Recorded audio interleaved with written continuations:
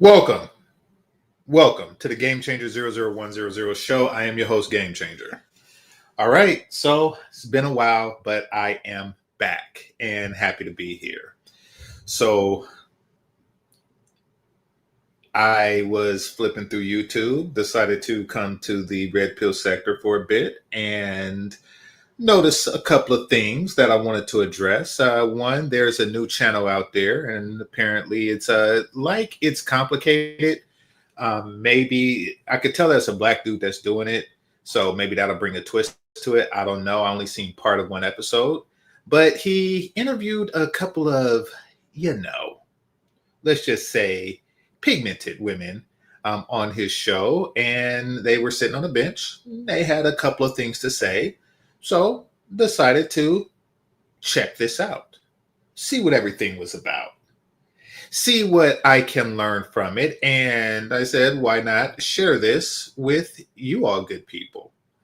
So here I am, and that is what I'm going to do. But before I get into that, I am going to go over the short of the day and go from there. All right, so hit that like button and we'll get started. All right.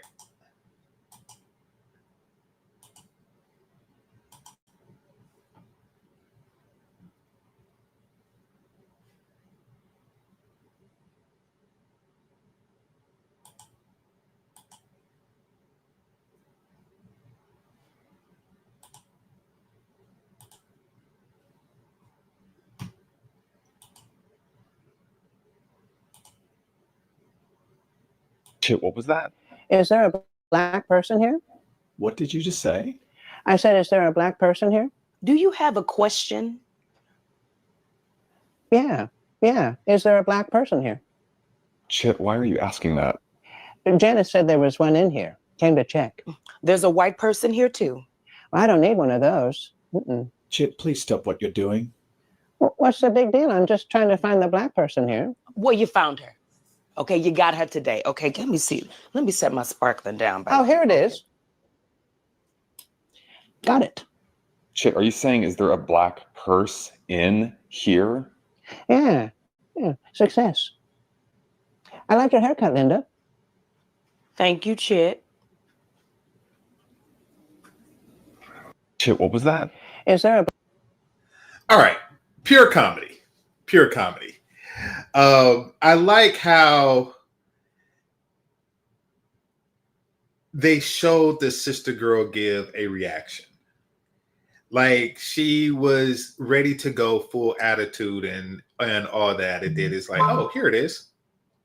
And that just calmed everything down. It's funny how it really highlights how we look for isms in everything we do. We look for opportunities to say, hey, this is wrong, and fight an injustice. So basically, we're dealing with a population that's always on some flight or fight stuff. Not a good thing, and it's not a good basis for a relationship. To be with a person who's always waiting to be offended or looking for offense and everything, scanning for offense and everything, who wants to live like that? You're living to fight, you're fighting to live. Nobody wants to be on that ish.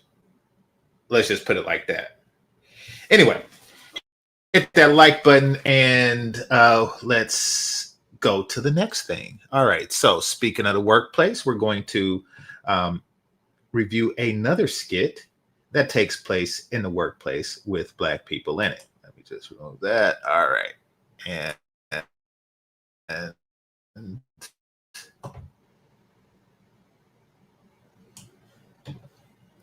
all right, so this black woman says black woman appearance triggers other people. Now, I haven't watched the whole thing. Well, I did, but I wasn't really paying attention to it, so I don't really know what in particular she's going to say, but the title alone. Okay, there's a lot of schools of thought to this. One is that it seems like you want to trigger people. Okay. Whenever a black person, particularly a black woman, says, are you mad? Are you triggered? It means that they want to trigger you. I realized that when I was like 16 and I was working at Burger King. And they would sometimes deliberately do something that is completely annoying, but within their realm or rights as a customer. Like demanding an over elaborate meal and doing so in a rude and disrespectful way. You gonna give me a Whopper with cheese and you're gonna put some extra pickles on it, and I don't want any mayonnaise on my Whopper, and you will put some lettuce and tomatoes on it. And that's followed by, what, are you mad? It's like, oh crap. Obviously you did that to make me mad.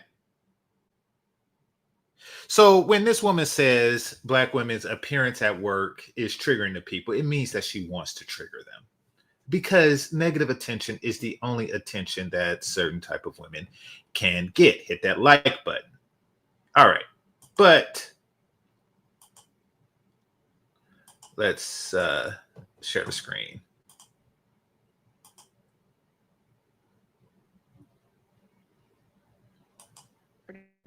America, where I've been sharing my own personal experiences of what it's been like for me being a Black woman in predominantly white spaces. So, this story is about when I was working as a paralegal. I had a pair of kitten heels that I wore to work one day. And this office, the way that it was set up, I had an L-shaped desk, and my desk was right outside an associate attorney's that I was working with. And the managing shareholder of the firm also was on this floor. And so one day I'm standing up and she happened to walk past my desk, and she was always very friendly. She sees you, she's going to speak. And so she came over and we were just chatting a bit, and she noticed my shoes, and she said, "Oh, these are really cute shoes." And she was like, "Are they comfortable?" And I said, "Yes, they are." And we started this conversation about, finding a nice pair of dress shoes that are comfortable. So one thing about this attorney that I was working with, she had a problem with anybody stopping at my desk saying hello or anything. She would try to buzz me and act like she needed something, but she didn't, or she would step out and try to interrupt the conversation. And so with the managing shareholder, she would tread a little bit lightly, but she still popped out, tried to get in the conversation.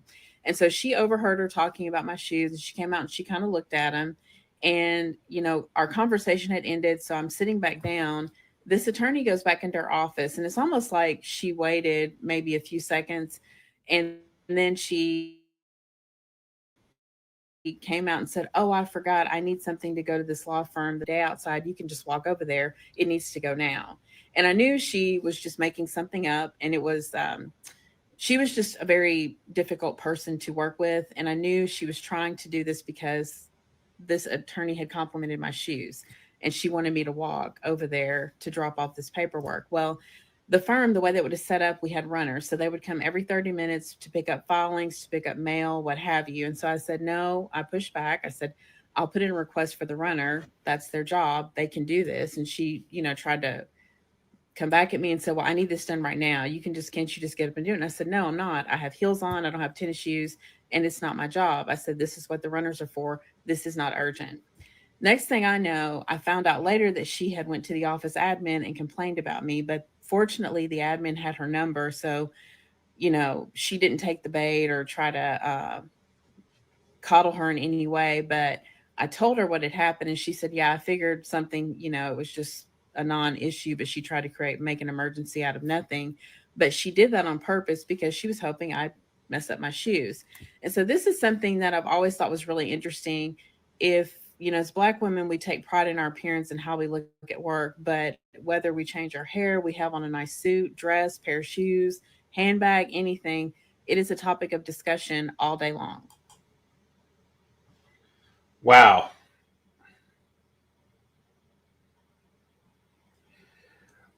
Workplaces with women in it get so freaking weird that it makes you not want to work. It really does. Like when I was working in office, that stuff like this was actually the worst thing about work. Getting caught up in something so petty on both sides. On both sides, both, the lawyer and the paralegal side. I quite frankly, okay, let me start here. Me as a man, if I'm looking at your shoes, you have no other deemable qualities. And as a woman, you should have qualities. If I scan your person and make it all the way to your feet before I find something worth looking at, then because I start at the top, then that really says something about you. It really does. Like, oh, nice. Scanning. Shoes. It's like, wow. They couldn't see anything above your feet to really look at. So that's weird. The whole, and we're only getting her side of the story. The whole, I need you to run to wherever to do this is another thing. So yeah, it does seem like some nana envy going on in the workplace. Now I am going to, because she didn't say, but I am going to make an executive guess and say that it was a Black female lawyer that she was working for. And the only reason why I'm saying that is because they're the only ones that feel threatened by other Black women. Because quite frankly, Black women are only competition to each other. They can't compete with other groups of women. And quite frankly, any person that finds her interesting is not going to find a woman of a different race interesting. That's just the bottom line. And that's the end all be all. So, and also there is a maturity factor that can't be ignored. They do seem like a lot less mature and professional. That's why you get posts like this about the workplace and then making it a race issue. Like there was really no reason that this story should have been a race issue, but that's kind of what they do. So yeah, it just reeks of that. All right. So speaking of which, now that we have a taste of what's going on, and y'all can hit that like button, going to go to the feature presentation. Now, I've only seen like 45 seconds of this. And one thing I noticed was that these women were older. These women were in their 30s. And I think one of them said that she was in her 40s. So I was like, wow. Certain mentalities seem to be ingrained and unchanged in them. We're going to talk about that. And I'm going to cover some of, what's his name? What's Bubba's name? Bubba's his nickname. The guy that I was born with big gums. What's his name? He's a pro-Black dude. He's a pro-Black, but he's married to not Black type dude. I'm trying to figure out. I'm trying to remember what his name is. But anyway, I'll know when I see him because I get his feed. So yeah, I'm going to cover one of his and then read some comments, and I guess I'll be out by then. All right, let me see. Dang, I got some weird stuff in my history. Here we go. Jesse Williams. No, he's a YouTuber. African diaspora. He used to be called The Advice Show, but now he's African diaspora.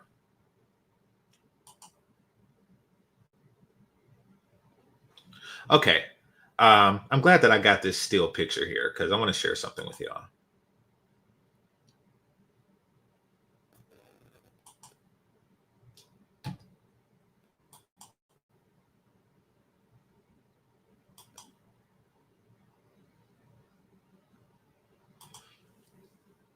Okay, I want y'all to look at this area here. I want y'all to look at this pudge.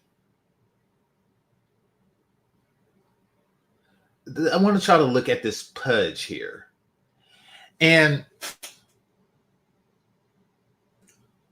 I want to highlight that not only does she think that there's nothing wrong, because like arms and thighs and stuff all look good. It's just that pudge here.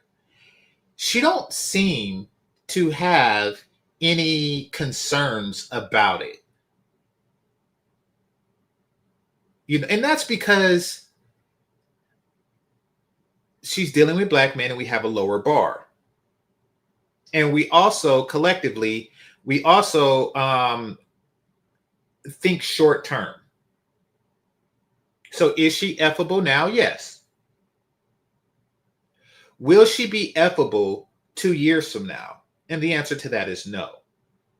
But not only do black men not think long term, like, ooh, should I put a ring on this? No, it's because she sees this protrusion, and she don't really see anything to she's not doing anything about it.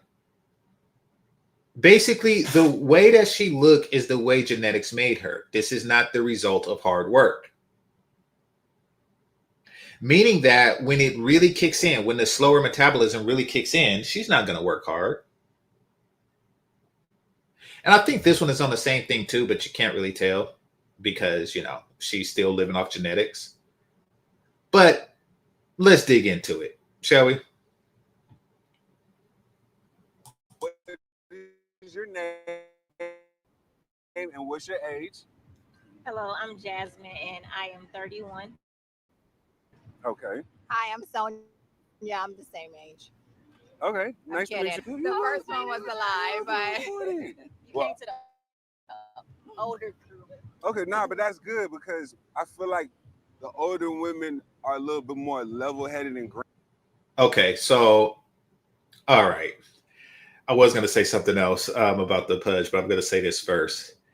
I feel that the older women are more level-headed. No, they're not. No, they're not.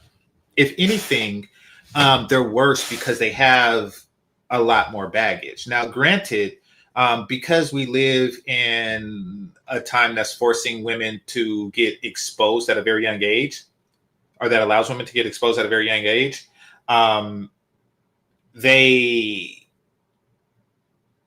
even at a young age, they lose their innocence very quickly. The older women, however, they aren't really more mature or level-headed or anything like that. They're not. You're just assuming that because time has passed, these improvements were made. But no, most, I would say, not only are unimproved, they're less improved. Why? Because they pick up baggage over the time. But she is the hotter of the two. Let's be clear on that. She is the hotter of the two. So it's in his best interest to compliment. Now, about the pudge. The pudge thing, yeah, it was as I expected. She's 31 years old. You know, she was flatter in her 20s as far as this pudge area goes, and it just crept up on her. Probably, I'd say in the last 3 years, this just crept up on her, and it's going to continue to creep. And she's not going to see anything wrong until she's on Big Mama status. Hit the like button. Around it when it comes to what's going on in today's day and age. So what I want to ask you guys is, are you single? Complicated. Complicated. Single. Single? Single. Okay, now this. That's not complicated. That's not complicated. I don't know if she was saying that. I haven't watched this. I don't know if she was saying that to make it appear as if her life is more interesting than it is. But no, you're just a single woman who's 40. This is baffling to me because both of you ladies are extremely beautiful, and we live in Atlanta where there's plenty of people. What is the reason why you guys are single? Is it by choice or? I just came out of a relationship. For how long? It's been about 7 months. Okay, 7-month relationship. In 22 years of adulthood, you're 40. You've been an adult for 22 years. Oh, the reason that I'm single is because I just came out of a 7-month relationship. Okay, well, what about the other 21 years and 5 months of your adulthood? What about that? Relationship. Okay, what about you? You. Why are you single? That's your response. Yes, it's my response. No, I'm just asking you why you single. You know, I've had relationships in the past. Now, you know, I don't believe in settling, so I'm just waiting for my guy. You know, I'm Okay. out and about doing what I need to do to meet that person. So when was your last relationship? My last relationship was probably last year this time. So almost a year ago. Yes. So you haven't been in a relationship in a year. Yes. And then you 7 months. But you guys date and talk to people, have like a little boo, right?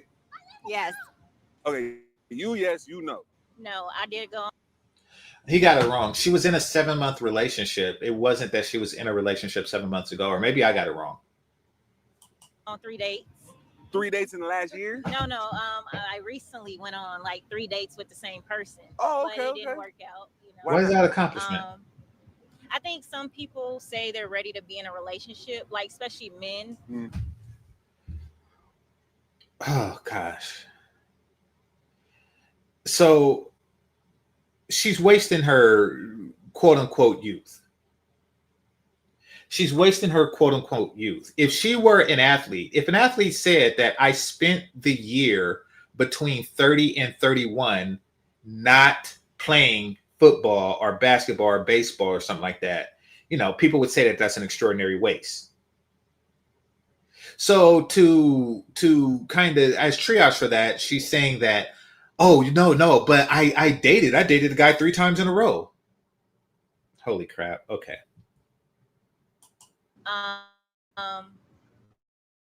And they might not have the space for you to be a priority. When you say space, what do you mean by space? So they might be in a place to where they need to put work in front of you or their family in front of you. I want to see what this is about. That thigh right there? I want to see what that's about. I want you to turn the camera that way. Because of whatever the reasons, their situation, their kids or whatever, and work just because they want to get more money. They feel like to date someone like you, maybe they need their checkup, or just for them, they need their checkup. Huh? Do you think that it could be because of the climate that we're in with just technology, with economy is at an all-time low right now, so people's focus maybe might not be on love and partnership, but more on survival? I don't have that experience. Oh, you don't have that experience? No. Yeah, I don't have. Well, to his question, that's no. I'm saying why the guys are having a different space than keeping you. I think everybody is gonna have. You know, everyone's different. Some people are ready for a relationship. They're ready for family. Some people like, I need my career first. Some people are just built that way. Not even men and women. It just happens. Okay. And I think it's hard to just find somebody on the same path as you. Sometimes you're just waiting to meet somebody that matches up with you to where it's not difficult to see them or date them. You know, if it's difficult to date you, then why am I here? Wow. So, well, I mean, to your point, I would agree with you. Everyone has, you know, the economy is not great. So if it's financial, yes, I could see why they're going to prioritize that, because dating, especially if the man is paying, is expensive. So, yeah, you want to get your money up. You should get your money up. You should get your ducks in a row before you start dating. Yeah. And that's what I said, timing. Some people might have their ducks in a row before someone else. It just got to match up. Now, I'm just going to give you a little insight on my situation. So I haven't dated. I haven't had sex. I've been in a relationship at all this whole entire year. Now, in terms of financial. I appreciate his honesty. Let me check this out to see which year he's talking about. Oh, okay. So this was 3 days ago. This is Ask 100 People podcast. So salute to him. So yeah, this is 3 days ago. What, we're in July, so about 6 months. Yeah, appreciate his honesty in that. And everything ducks in a row. I got all my stuff together, but my issue is, I just don't feel that it's fair anymore for me to have to pay to be in love and to find love.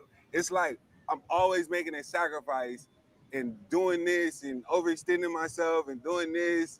And Oh my God. These women don't have a soul.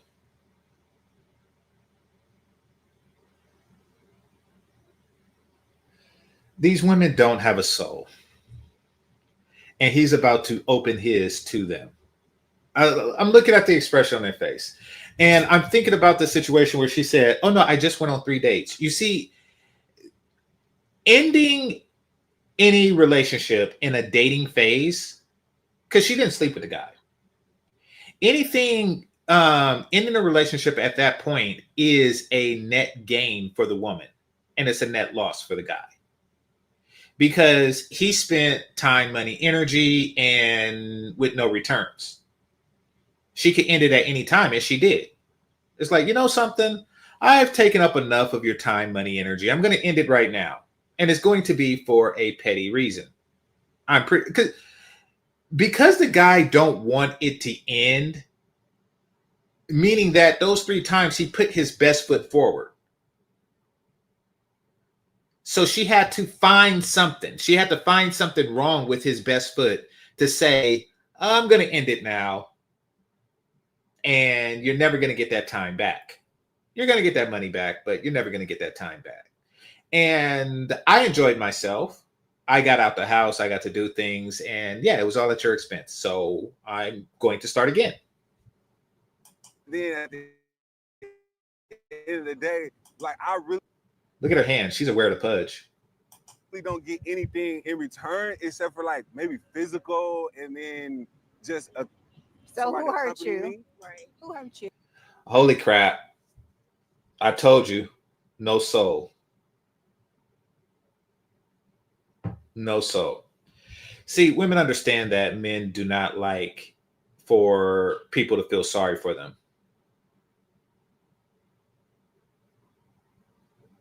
So they say stuff like, so who hurt you? Meaning that, so you're a victim, right? And they know that you're going to counter like, oh no, it's not. Listen. What if he was to say, well, actually, it was my babysitter that hurt me. It was my 5th grade teacher that hurt me. Like, what if he were to say that? They're not going to give any sympathy for you. They're going to teach. They're going to. Okay. So what he's doing, and he's not doing it deliberately, but they already have a defense up for that. What he's doing is he is showing a pattern of behavior. Now, what they're doing is they're trying to put it back on them. And that pattern of behavior is these women are just a waste of time.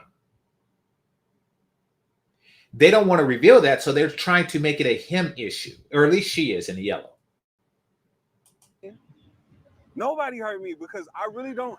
To be honest with you, I don't have issues with women. I don't have issues getting women. I don't have issues, but it's just You don't feel the reciprocation? it's not even the reciprocation. I just feel like it's Yeah. Once again, they're playing that, oh, poor you victim, you know, and then they're trying to get him to say things that he don't actually agree with. But no, he don't feel the reciprocity, which is likely what she meant to say. Like, it doesn't exist. It's like, listen, okay. Dating is an investment. And he's not seeing any return on that investment. So no, he's not getting a ROI on it. If he was dating for the last 6 months, because he say he hasn't, had sex this year. So, which means that he wasted all that time dating and the money that goes along with it. Now, let's just say you spend like $100 a date. So that's $2,600 that was wasted. Nothing to show for it. He could have took a trip with $1,000 and, just went on a splurge with $40 a piece. So let's just do the math. Let's just do the math for okay on what happened here. And I'm gonna say international tricking versus whatever he got going on. Let's just say he dated every week, 26 weeks, $2,600, right? let's just say he spent $1,000 on a plane ticket to, I don't know, to Atlanta, to Atlantis, right? And he has $1,600 of spending money. Now, let's just say he spends $300 to $600 on hotels, meaning that he has $1,000 of spending money. And he spends that $1,000 for $40 a night. He divides that up. So what is that, like 25?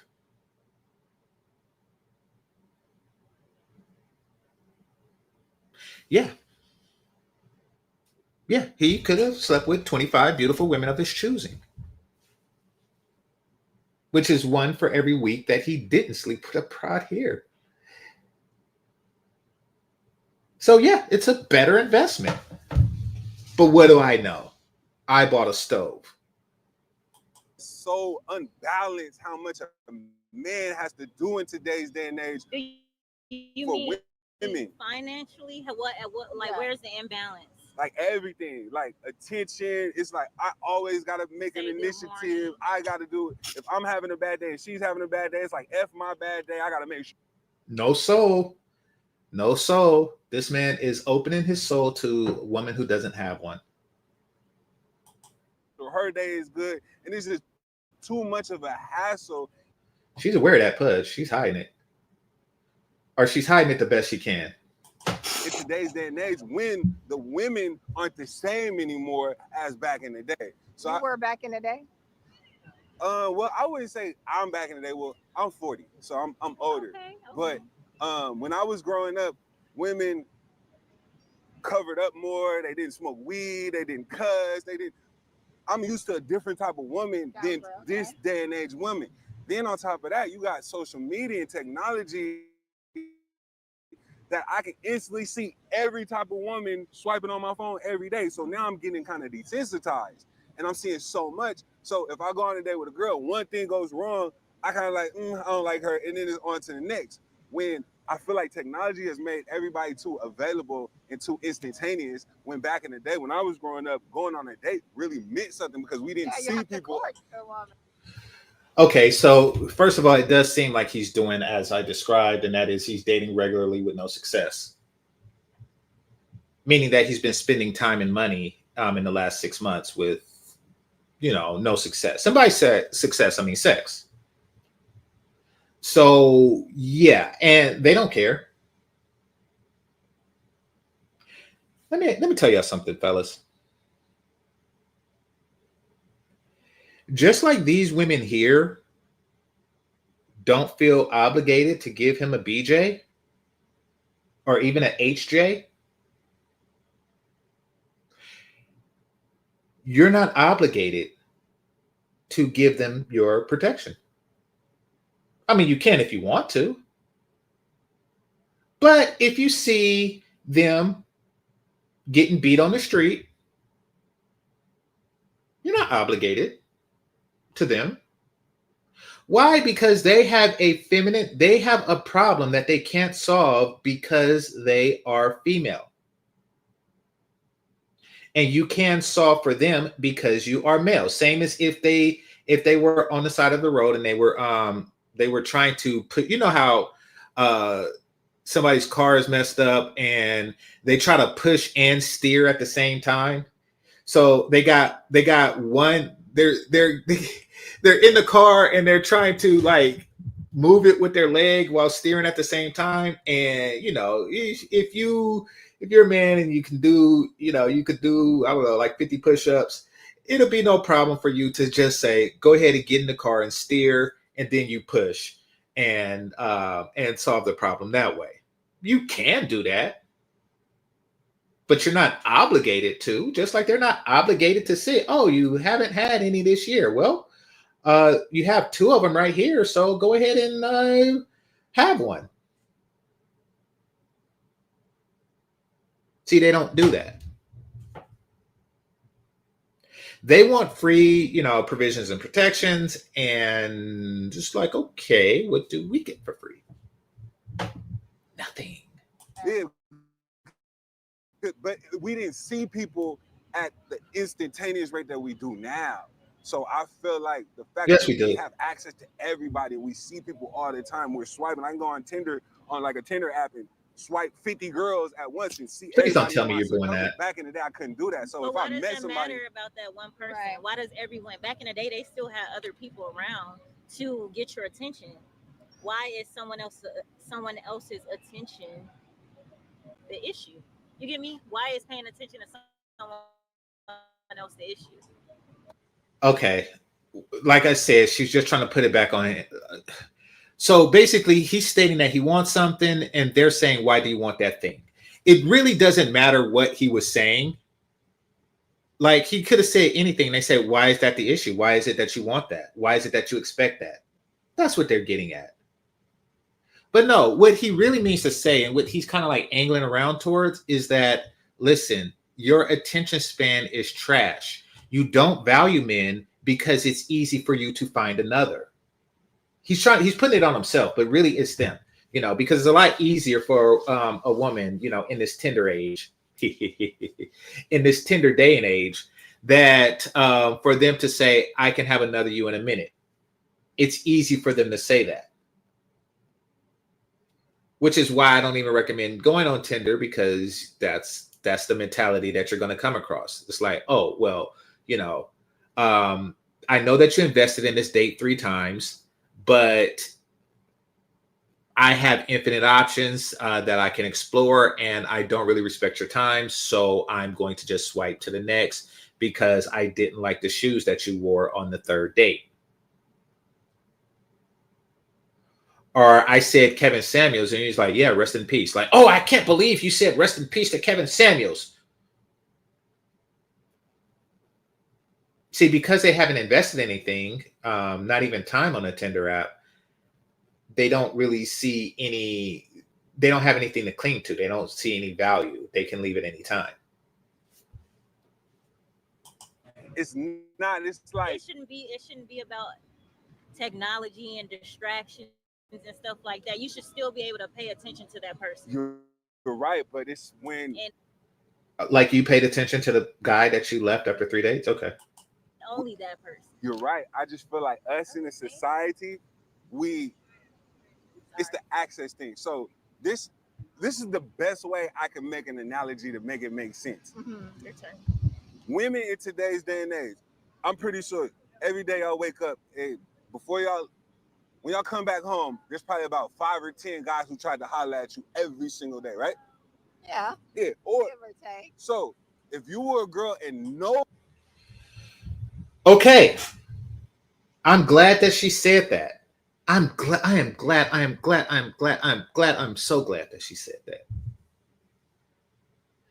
Like, yeah, give or take. Y'all ever hear these women talk about Atlanta specifically? There are no good men in Atlanta. They're all gay. They're all in jail. They all are blah, blah, blah, blah, blah, blah. Insert excuse here.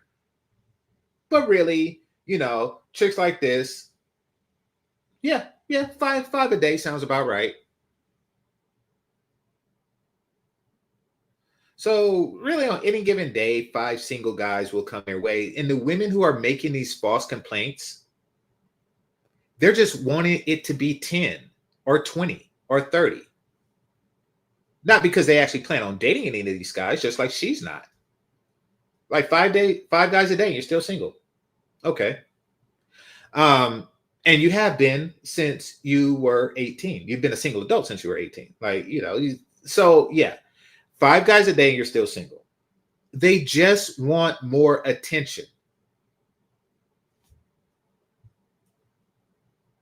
nobody talk to you any day, the one guy that would talk to you, it'd be like, oh, okay. But since you guys get guys talking to you every single day, then sometimes a guy, he might be attractive, but you'll be like, because you get too much of it. No, I don't do that.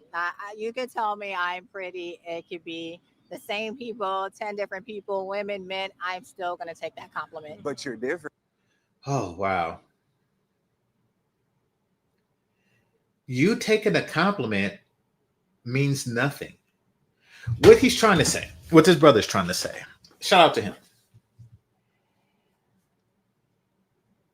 You are numb to the compliment. Therefore, I'm not going to get anything from giving you said compliment. Now, you still want the compliment. It's like, oh no, I still appreciate it, if more guys call me beautiful. It's like, yeah, but how does that appreciation benefit the man? In other words, are you gonna suck his penis? Because you, in your 22 years of adulthood, you are numb to every attempt to put penis in mouth. Therefore, what he's saying is, there really isn't a way. And like, no, I'm not numb. I still want more of it. Just because you want more, that doesn't mean that you're not oversatiated with it.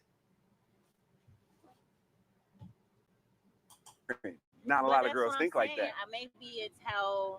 Maybe it's the caliber of women that you're around, especially if you're. Yeah. This is more. It's a you issue. Like that. I can say I know of females like what you're describing, but that's why in our situation, that's not the case. You get me? Like I can't relate to that. Okay, I just really think we don't value humans the same way. Somebody says she's only 22. She's 40, meaning that she was an adult for 22 years. We used to, because technology has we or connected males us or instantly. females. We or males. I'd have to say males. Society. I think males are very much so more visual. Mm-hmm. What? Where I can think about you all day. I want to see you. I want to see you. Where a man is like out of sight, out of mind. Yeah. Like if we're not meeting at the gym or walking past each other. Okay, once again, they're just stuck on trying to protect the reputation of Black women. Okay. Every day, like we first met, it's harder for a man to actually want to court you because they don't see you. Right. That's why for a man, like when they're interested, they want to see you. So when y'all start switching up because maybe somebody moved further or whatever the reason, it's like, dang, I was just convenient. That didn't make any damn sense whatsoever. I'm really trying to analyze where she was going with this. But it was just, shout out to Pink Book Lessons, Betty Bop Bimbo Babble. That didn't make any sense whatsoever.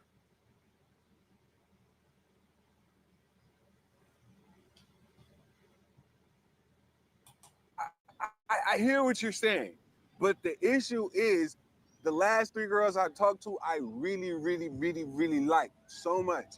I would talk to them for 3 weeks, and then one thing would happen, and then it would like.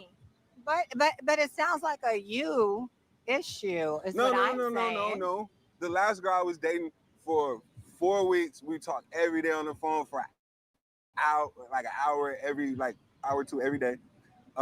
Every weekend we go out. I pick her up. Friday, Saturday, and Sunday we was going out.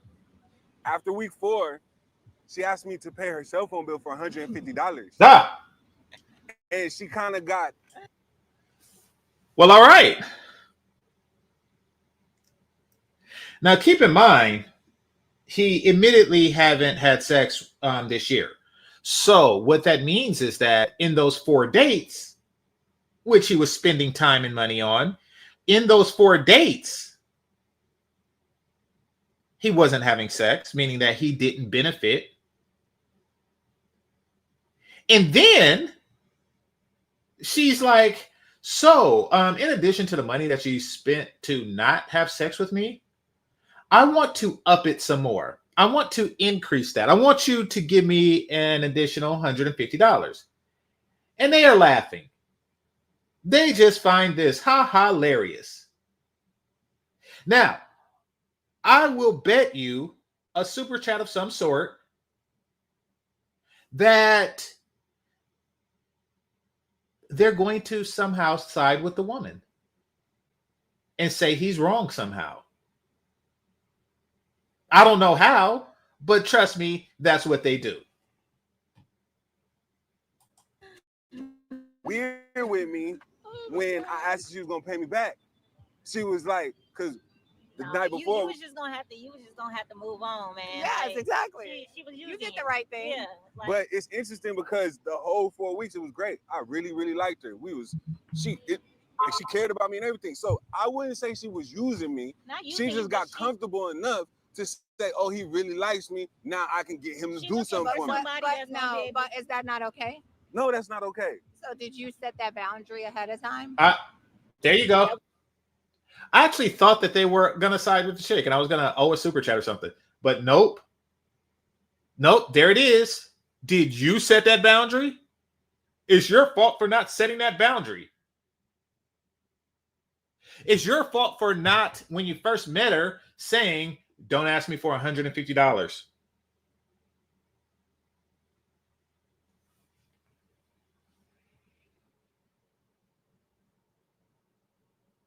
No, I set that boundary when it happened. No, that was 4 weeks later. I think. No. No. Okay.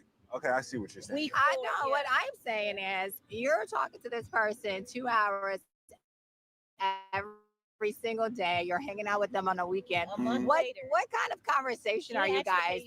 Her rent. Maybe Nah. Whoa. Did he say 2 hours every single day?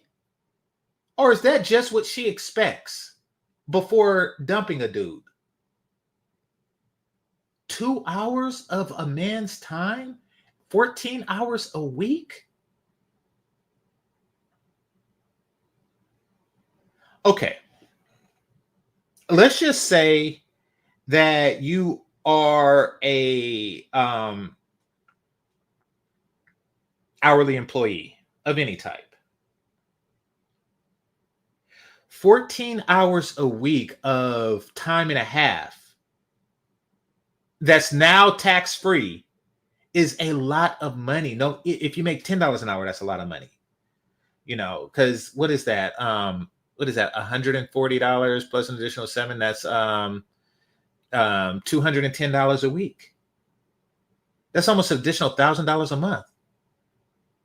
You can literally buy or lease a nice vehicle, even if your credit score is like in the 600s for that.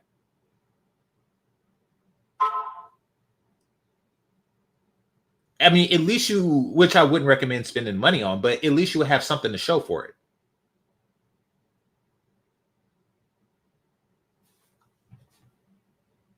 Girl, but what kind of conversations are you guys having? No, you don't understand. I'm very conscious about women. So me my entire life. I get it. I'm not dumb. Trust me. Okay, it's buffering now, so I'm going to read some comments. All right. Shout out to Kevin Murray. Says, please support the channel. Greatly appreciate it. That move is repulsive. Yeah, don't I know it? All right, it says, Joe, since I was a kid, I've been saying they were not good enough. That's why SBM was inevitable. Yeah, for some guys it is, yeah. Probably just came back from a P&D session. Oh, pump and dump. Okay, here's the thing. I don't know. See, we assume that because a woman isn't looking for a decent guy, that she's getting pumped and dumped by undecent guys. I think that they just walk around comfortably with an empty vag. I do. Some women, a lot of women, are walking around comfortably with an empty vag.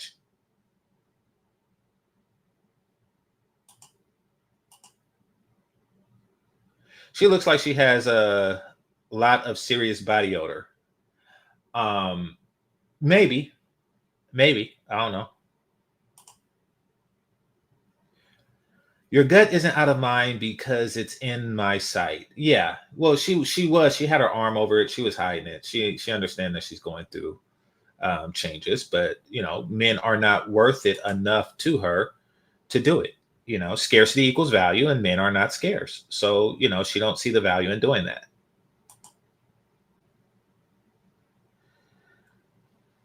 I'm amazed that today's Keisha, opposed to black women in back in the day before the early '90s, I would say during the '90s, are chronically single and still have attitudes.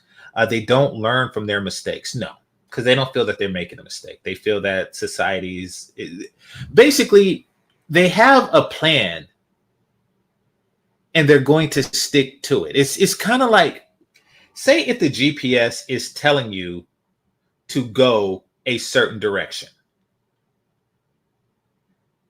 Now, you've been trained to listen to the GPS, right?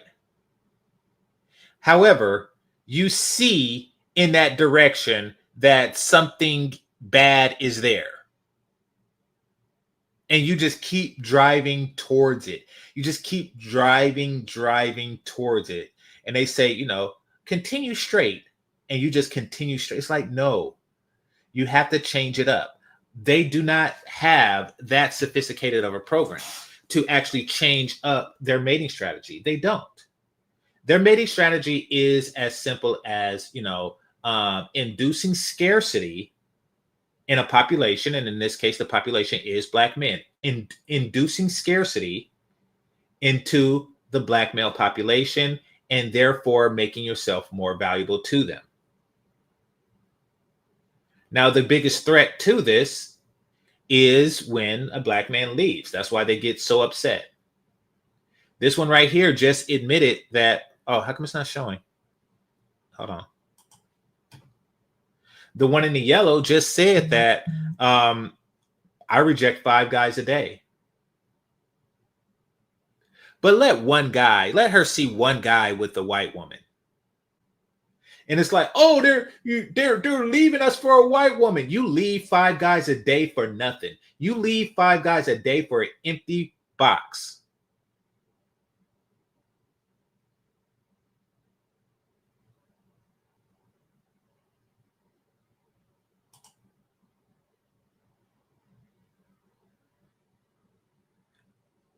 She had nothing on her arm and passed the mic. Oh, she had no, yeah. Yeah, she probably just tired of holding the mic. Part of why I don't like Atlanta and thinks it's overrated is because it's full of basic dumb bras like this and fat ones.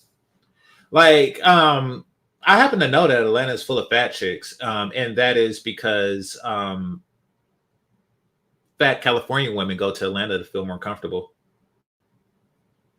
I kid you not.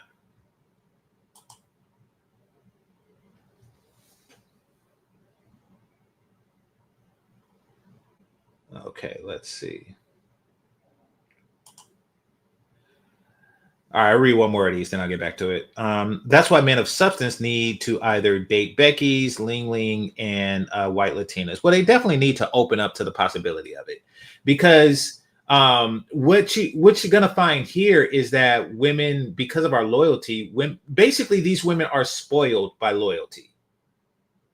What we're seeing here is spoiled women. They're spoiled with time, money, and attention. That's why they don't value it or appreciate it when it's given. So they can use less of it.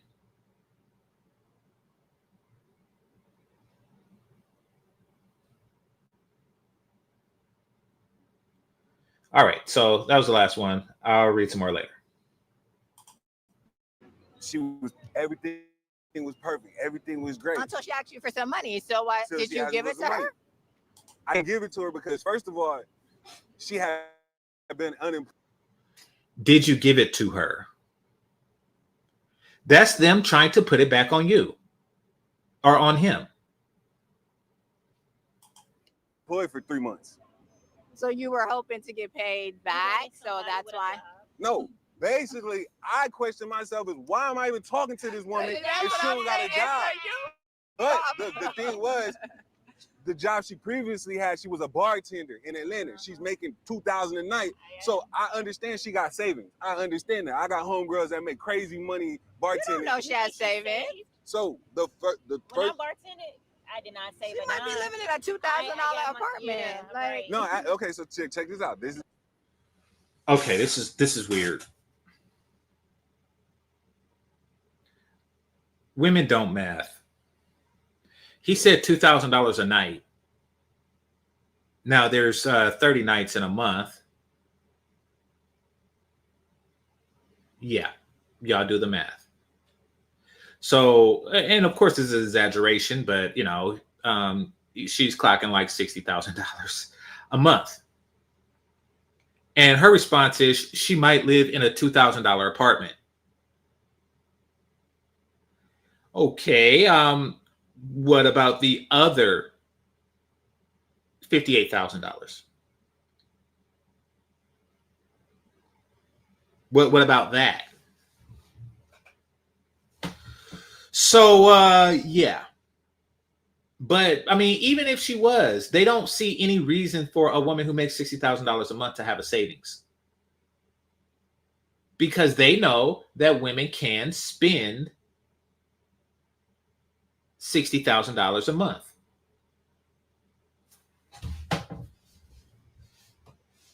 The flip side of the coin. By the way, her making $60,000 a month, and she doesn't make that, but just bear with me for a second. Her making that amount is really a side effect of that's men's money. That is men tipping her because she's not making that per hour. You know, that's men tipping her an exorbitant amount, hoping to get into her box. Like I say, they're spoiled by this. Side of the coin, she had a roommate. She stayed in a nice, luxurious apartment, but she had a roommate and she had a son. Did you see She her had a 11-year-old savings? son. Did So you? she stayed with her kid. Yeah, let's put it back on him. Did you see her savings? Basically, what he's saying is if I made that amount, I would have a savings. If I made that amount, I wouldn't need $150. But no, he didn't see her savings. Don't even fall for the trap of trying to prove it. Because it's really a moot point. The point is that, listen, she's not spending my money. Thanks for the super sticker. Josh, greatly appreciate you. And a roommate.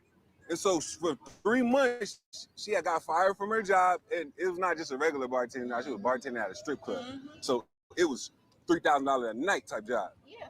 So first of all, she was bartending at a strip club. What is it with Atlanta dudes and strippers?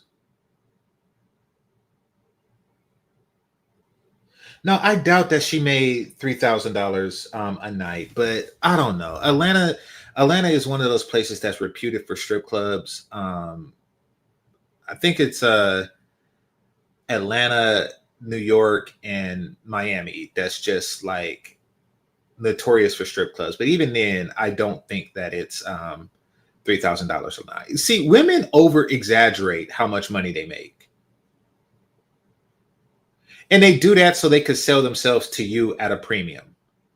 You know, they like, listen, I am a bottle girl at a strip club and I make $3,000 a night. So can you keep up with me?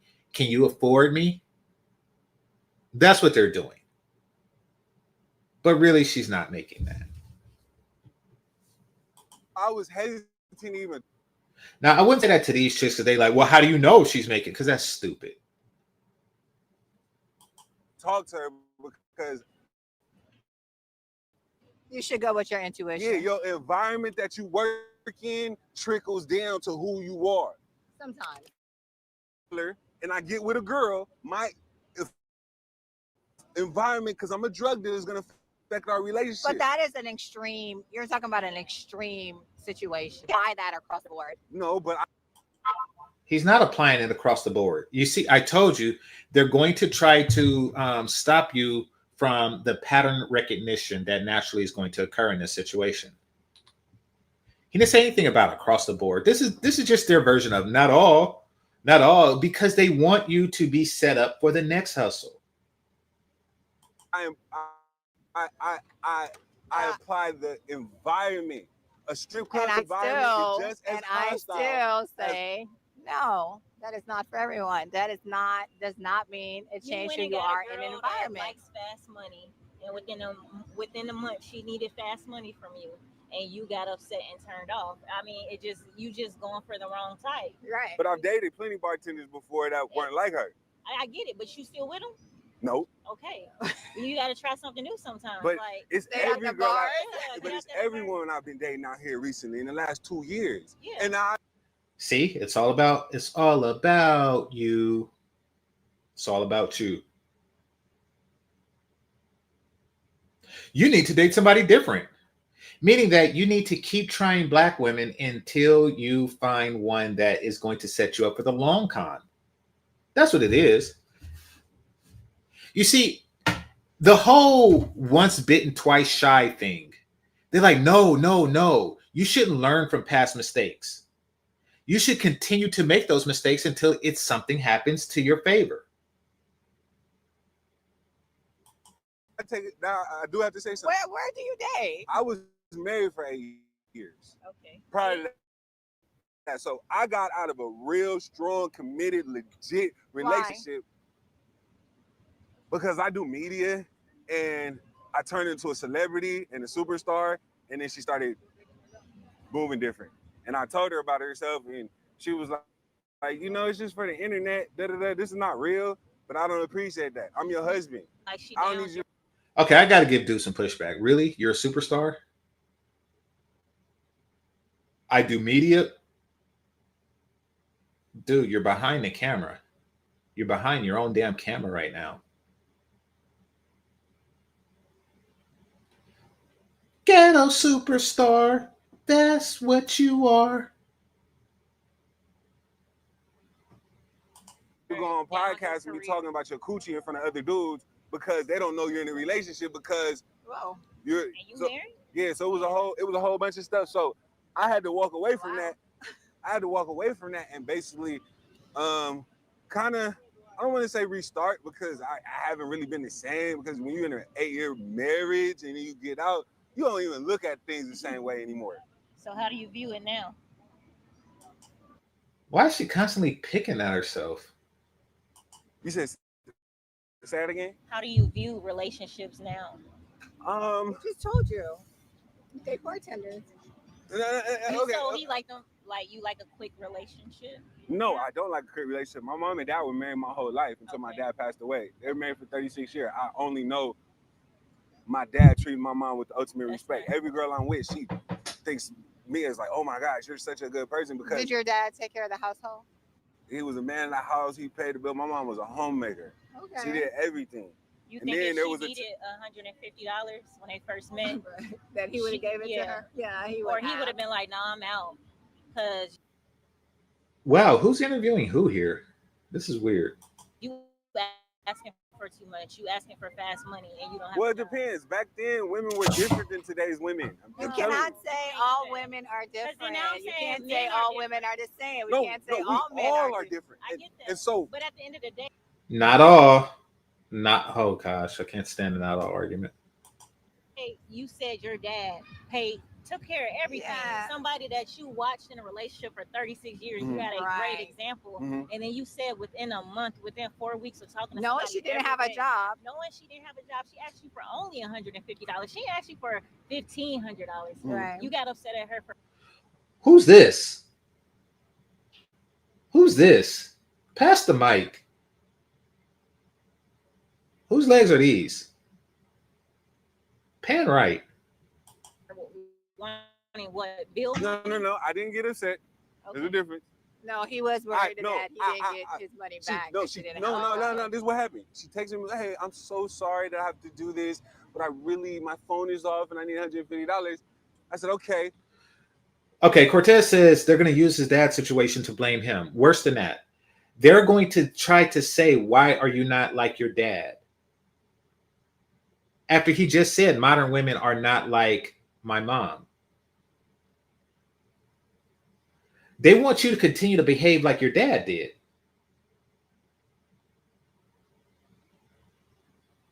But he can't because the women are not behaving like his mom. The women aren't like dating 4 times without letting them hit and then ask for a payment on the phone bill. His mom didn't do that crap. His mom was like first night, and she didn't wait till she was 40 to start dating him. Are you going to pay me back? But how could she at that moment even think It of that doesn't. with It doesn't her matter. mom? It's not my responsibility. I'm not your boyfriend. I'm not your man. And to be honest with you, we were dating for 4 weeks. Okay, and I'm we, confused and with we the never got dating. physical. We never got physical. Wait. I think I'm a little confused when you say dating. So dating, what you wasn't in a committed relationship dating? were You were getting to just know getting each to know other. people. We were getting okay.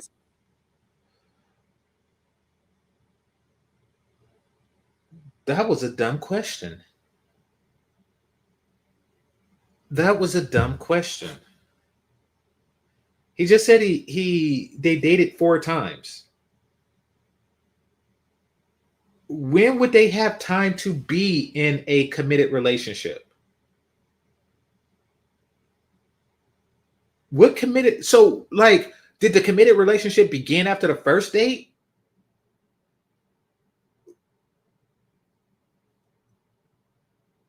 Like, you date and then you get into a committed relationship and then you date less because you're in that committed relationship. You're no longer interviewing. This is ridiculous. So this is what happened. I knew her 4 years prior. I used to go to the club. She used to bartend, the strip club she used to bartend at, and I used to sit there and she used to leave her Did she ever bar. ask you for money then? Oh, crap.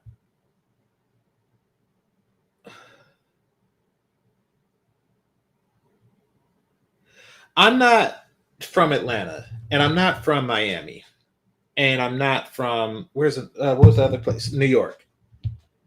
I think Detroit is another big strip club city too.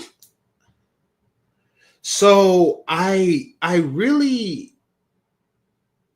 don't know. Maybe some of you guys can help me out. But is it like that?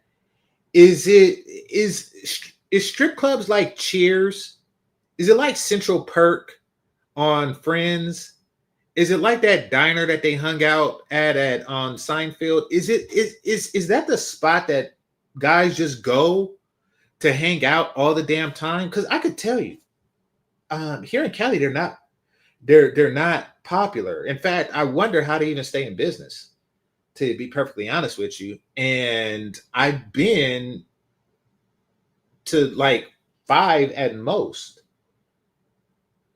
Like 5 times, not like 5 different ones. Like 5 times I've been at most.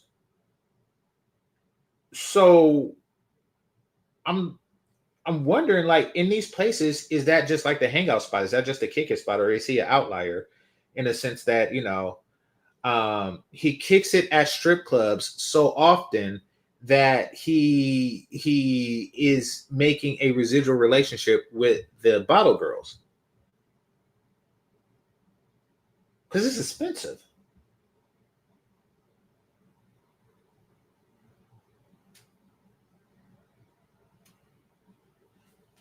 Okay, somebody said I'm from Atlanta, and yes, sometimes strip clubs have regulars. But is it regular for a man to be a strip club regular?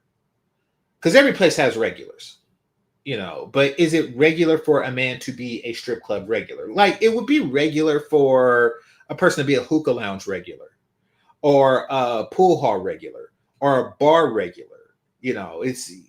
Certain things have regulars. Places have regulars. Is it regular for a man to be a strip club regular? There is what I'm saying. And trust me, this isn't me going against guys that go to strip clubs, because I know that different cultures, local cultures, have different things that they do. And strip clubs is one of them. Like I say, they're not big here, but they're big. They're big there. In fact, the biggest one I went to was the first one I went to. And actually, my dad took me to the strip club when I was 21. It wasn't my birthday, but it was shortly after my birthday. So I was 21. He took me to a strip club in Texas. And it was huge. It was huge. And he bought me a lap dance by this saggy titty light-skinned chick. And I was like, nah. And keep in mind, and I'm pissed. I'm pissed because it costs $20. That's how much it costs. And I'm thinking, I turned it down. I said, no, thank you. I gave her a smile, one of my winning 21-year-old smiles. And she was happy with that. And I think he still paid her, right? But all the time I'm thinking like, damn, Dad, I didn't get an allowance and you giving this bitch $20? I swear that's what I was thinking. That's what was going through my head. I was like, this nigga, I didn't get an allowance. But this broad got an allowance. So that's one thing that ran through my head. That's one thing that ran through my head. And another thing that ran through my head was, and I really didn't get it, but I guess it makes more sense now, is that regular non-strippers will grind up on your dick on the dance floor. I was born naked. I still didn't get an allowance. But regular non-strippers will grind on your dick on the dance floor. So I did, and they dress, they're scantily dressed too. So I'm like, what in the hell am I paying for? So that was my experience, and that was the biggest one. So, and I'm saying, I was really just saying that, I went to a segue, but I was saying that to say, it seemed like they're bigger everywhere. Like strip clubs are bigger everywhere else in California. In California, it's really just like a hole in the wall type deal. It's just like a room with a pole and some girls who have day jobs because they're not living off their stripper money. They have day jobs or they're on welfare or something like that. And that's what it is. It's not a huge deal here, unless there exists, like a major one that I haven't heard of because I'm not really part of the scene. But so back to this guy, he's a regular at a strip club and he built a rapport with the woman, and she's seen an opportunity. It's like, why did he expect something genuine? Because what he's saying is that the woman who, as a pattern of behavior, is used to men giving her money. Her whole livelihood is men giving her money for not having sex with her. Her occupation, and this is true for all sex workers, or I should say all sexless workers. I'm gonna create a new term. I'm gonna call it sexless workers. It means that it's just like sex workers, but you're not actually having sex. So I'm going to call these women sexless workers. If you're an OnlyFans model, you're a sexless worker. The only sex workers are the ones who are sucking my penis for money. And I don't really buy it, so they don't exist. But, sucking the plurality of men's penis for money. Those are the only sex workers. So if you're an OnlyFans model, you are a sexless worker. If you are a bottle girl, you are a sexless worker, which means that it is your job to turn a man's desire to have sex with you into cold, hard cash. So what she's doing now is, because she don't have the bar to do that, she's taking regular guys who are interested in her and trying to turn that into cash. Now, she has hit a bottom like all women like that do. Guys subconsciously are going to realize that, okay, every time I meet this bottle girl, I get a bottle and I give a tip. Let's just say $20 tip. And she don't have sex with me.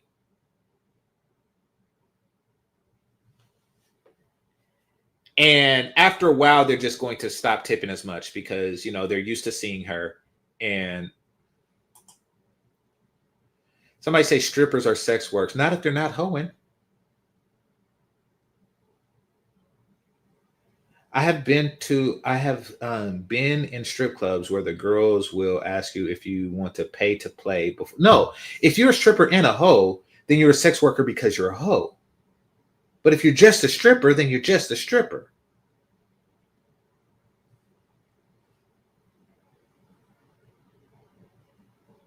So my point is, I lost my train of thought, but my point is that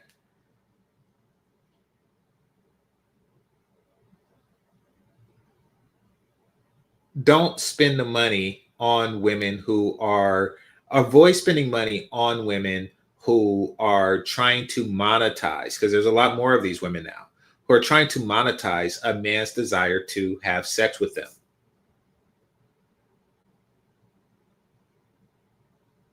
They need to actually have sex. Yeah, most are both. I can understand that.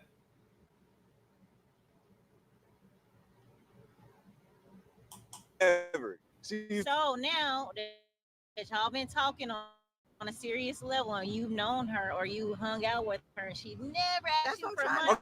Okay, but Is the relationship serious or not serious? no, it was She serious. lost her job. No, Right. she Asked you for money. Why? And phone. But I'm just telling you my opinion. No, for real talk, I'm using myself as an example. If I asked someone for $150 and I didn't even know them that long and you were the only person that I came to for it, and they was like, are you gonna pay me back? And you knew I didn't have a job and I wanted you to be my man, I'm gonna feel some type of way. I'm gonna be like, wait, what? Why would she assume that this broad wanted him to be her man? Okay, here's the thing, because I'm trying to get into this guy's brain, because he's making it about himself and less about the women, even though he is interviewing them. But I'm trying to get into this guy's brain. And truth be told, it is a good deal, because this isn't just any girl. This is a girl that he has been looking at for quite some time. He goes to this strip club all the time, and she's there all the time. So to get what he wants regularly, $150, depending on what his income level is a decent deal. It's like, okay, every now and again, every month or so, I got to kick her down some phone bill money. And, in the meantime, I'm smashing regularly. That's a good deal. However, what he's worried about is, will he have the opportunity to continue to smash? That's what he's worried. Or will he smash at all? He's like, listen, I don't mind paying, but I actually want to fuck. And he's worried, as he should be, if I pay, will I fuck? That is the question that's on his mind. And the fact that she's asking for the money before pre-fuck is an emphatic no. And the reason why it's a no, it's because she is a sexless worker, not a sex worker. She is a sexless worker. Her job, her purpose in life is to get men to get her money, to give her money for the possibility of sex, not sex itself. That's what he's really worried about. So, have another super chat here. Greatly appreciate you. It says, imagine how different this conversation would be with the situation reversed. Oh, good point. Good point. In fact, I'm going to expand on that. And he asked her to do something minimal, like pay for dinner. No, let's not even make it financial, right? Let's just say he asked her to do something that traditional women did. Because when they ask for stuff like this, they're like, I want a traditional man. So what if he were to ask her to do something that traditional women did? What if he asked her for a massage?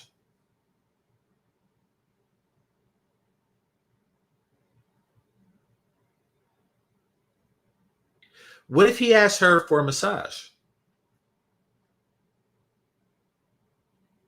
Imagine how different the conversation would have been. Like, yeah, we've been dating 4 weeks and I asked her for a massage because, I found myself, like I sprained my shoulder or something like that, and and she wouldn't do it.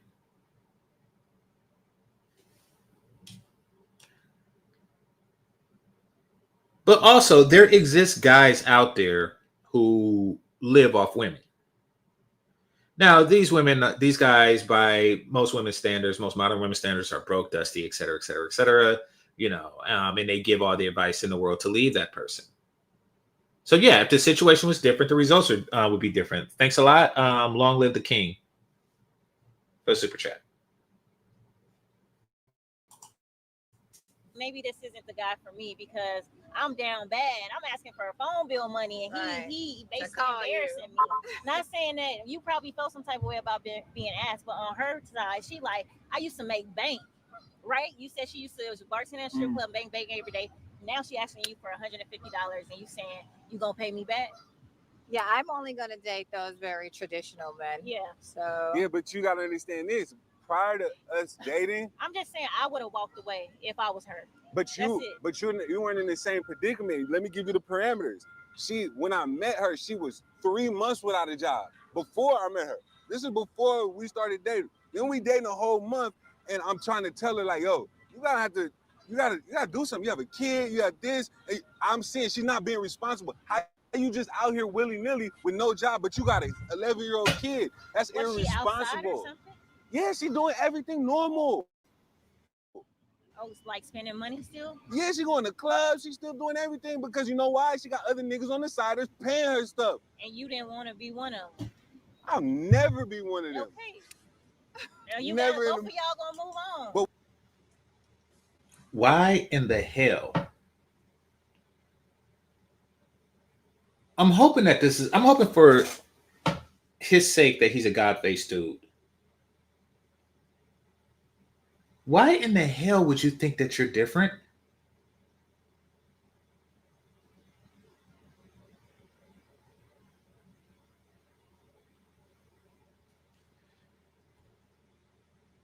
Why in the hell would you think that you're different?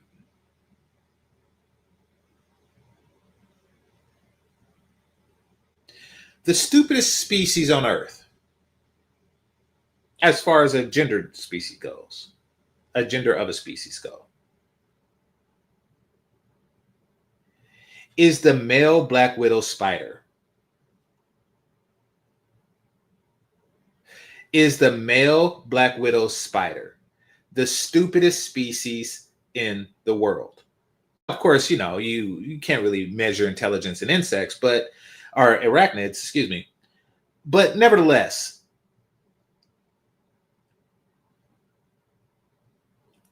this bitch killed and ate your daddy.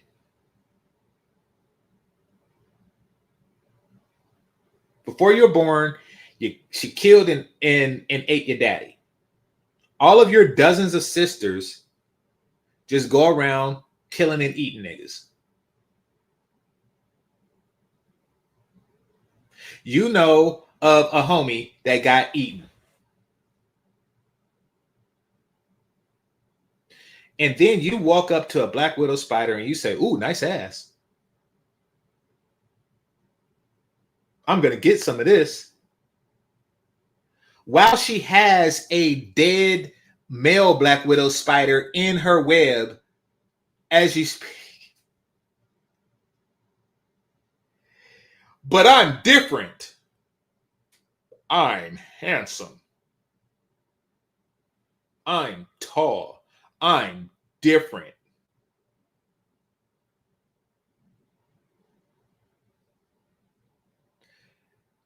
She got a bunch of other niggas paying her bills.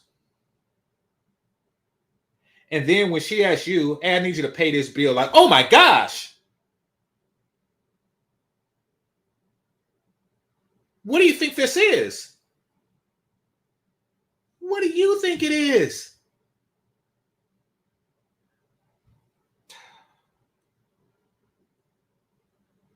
She lead men on to pay bills. That's what she was doing when she was a bottle girl, and that's when she's doing when she's not a bottle girl. She uses men to pay bills. Why in the world would you think that you're different?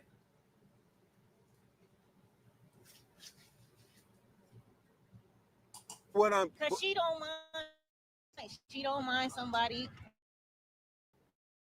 tricking everything. Oh, yeah, but what I'm so this is what the other woman is. She's something else. I don't know what it is, but she's something else. saying is at the end of the day, she's still single, she's still got a kid, she's still not with her baby daddy. It's just an endless cycle. So it's just like okay, that's okay. I think we No, should it's not. focus on but ourselves. it's not okay. It is okay. We Because- should When they say focus on ourselves, that means ignore the foolishness that I am doing.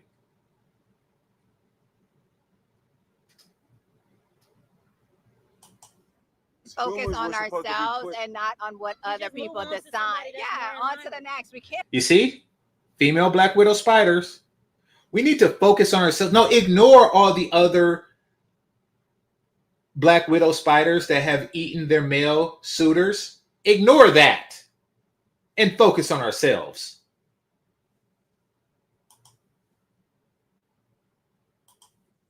be stuck in this phase, and we can't be stuck on if that You learn from your mistakes.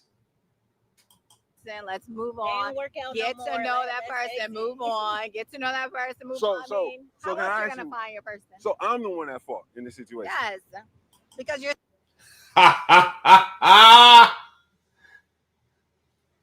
He said, I'm the one at fault in this situation. And she said, yes.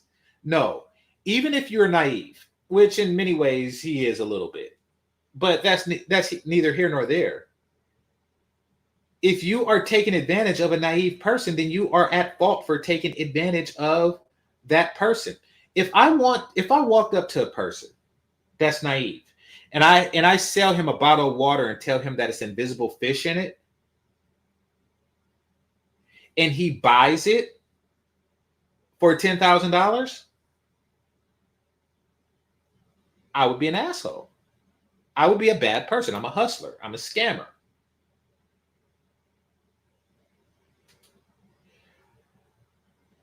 Yes, he's naive for buying it, but of the two, the worst human being in this dynamic would be me.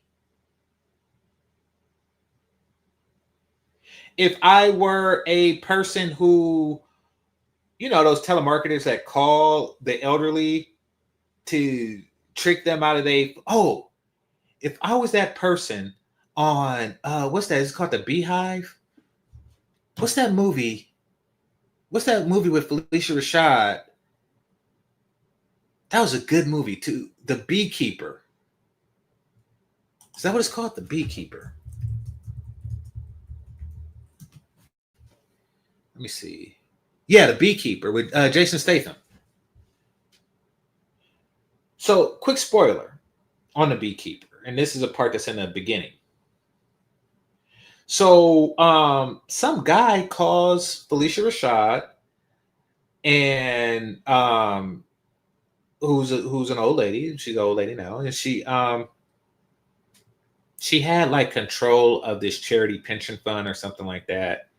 And basically, she didn't know much about computers, so he hustled her and got her passwords and stuff and just wiped her accounts clean.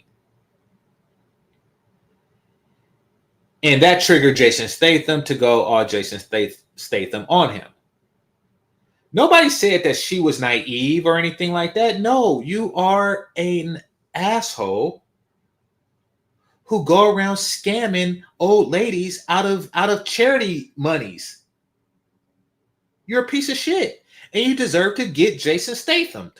This woman is a piece of shit, and she deserves to get Jason Statham. Well, it wouldn't be right if Jason Statham did it. Who's a genuine beat ass bitch? I'm not talking about these fake, 90-pound women that just kick the shit out of 240-pound guys and he fall over. Like stuff like that happens in real life. I'm not talking about these fake kung fu bitches. where they have, you know, what's her name, Proud Mary and little Taraja P. Henson. No, I'm talking about who's a real beat ass bitch, like Wesley Snipes is a real kung fu fight nigga, and Michael Jai White is a real kung fu fight nigga. Who is a real beat ass bitch that's in the movies? Somebody tell me. And then they need to send her after bitches like this.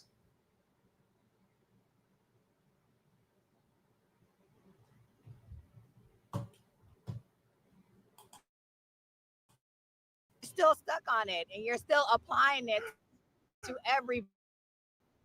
I'm really not though. I swear I'm not. You were so defensive like a second ago where that is not okay. It is okay for her at this moment. Yes, but that's why she's alone. She's a loser But now. why do we care? We're not with her. Why do we care? Let me go back to hear why she said, why do we care? Somebody said Lucy Liu. Is she a real beat ass bitch? Ronda Rousey is not an actress, but she's a bitch that got her ass beat. I'm talking about a real beat ass bitch.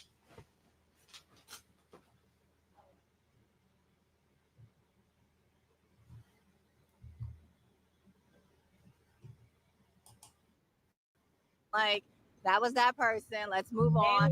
Get to know that person. Move on. Get to know that person. Move on. So how can I else ask you gonna you- find your person? So I'm the one at fault in this situation. Yes, because you're still stuck on it, and you're still applying it to.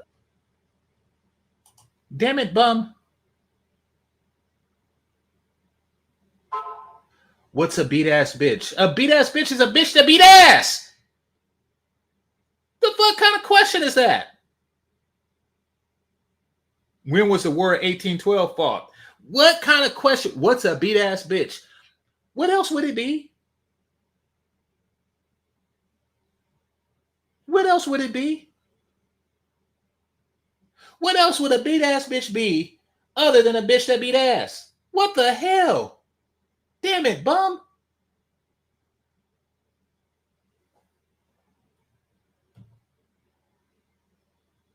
Everybody. I'm really not though. I swear I'm not. You were so defensive like less than a second ago where you said it was not okay. It is okay for her at this moment.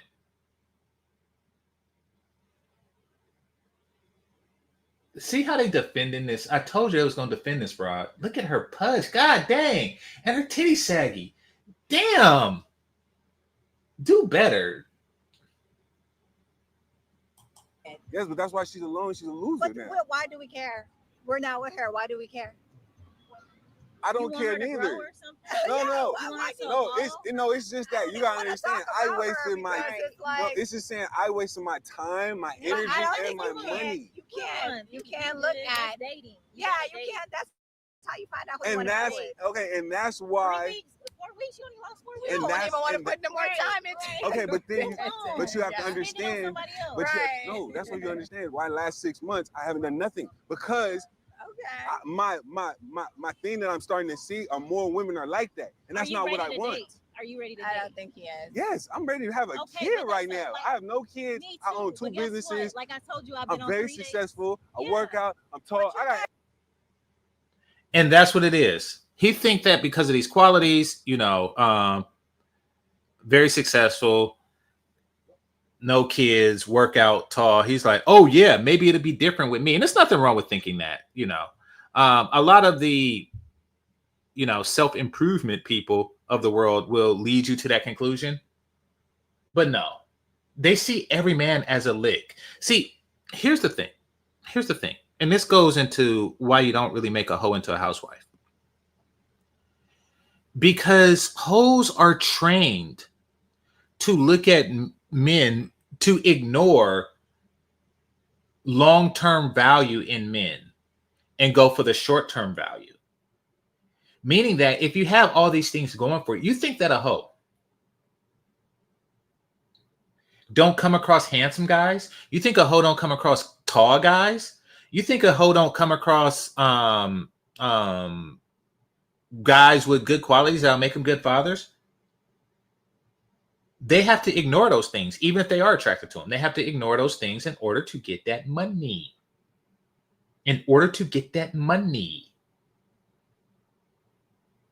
Hit the like button.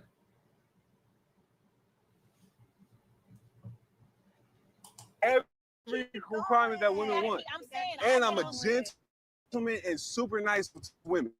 That's cool. I treat them.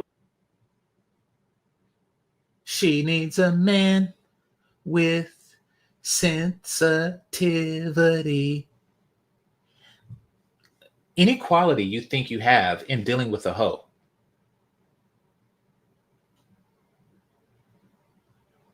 Any quality you think you have in dealing with a hoe? She has met a man with that quality in higher abundance, meaning that, oh, I'm 6'5", I'm tall. Trust me. She had a client that was 6'6". I make $250K. Trust me, she had a client that made over $250K.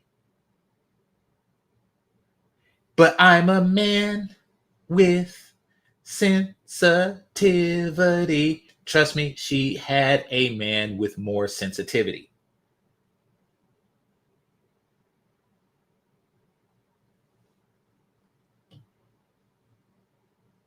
Like, But guess what? You're You still date and it don't single, work so out. that means That's by you got choice. Okay, so that means I you can have to. open my When phone you right now. don't, It's and spending that's night with okay. You don't different got girls to every prove to me day. because I'm not Yeah, trying to you just date you. move But on what to I'm the next. saying,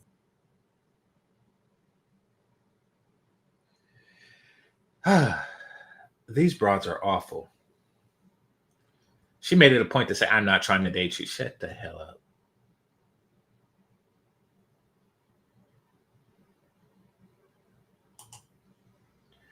Money make the world go round, and money makes the hoes go down. Like, what's your point? just Date. give the next person a chance. The next person a chance. That's the only way you're gonna find your person. Sometimes dating is old and you take. See, they want him to continue to try to kick the football. They understand. See, the manosphere really gets into these broads' head, and I'm not gonna say something that's stupid. We live in rent free in your mind. That is stupid. That's stupid. Don't say stupid stuff. I don't say stupid stuff here. The manosphere is really gotten into these women's heads because what they're doing is they're saying, okay, I understand that you suffered through some hardships, but don't go to the manosphere.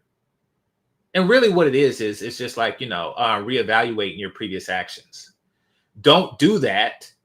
Instead, I want you to continue to do exactly what you have been doing, expecting different results. The break, you took a 6-month break. Take another 6 months if you're tired. No, but okay, but the thing is, okay, so my 8-year relationship ended 2 years ago. That year after that relationship, I was talking to 15 women a month. Like every other day, I get a new girl, get a number, go out with her, spend money, do all this. After a while, I just got tired because I was just. Holy crap.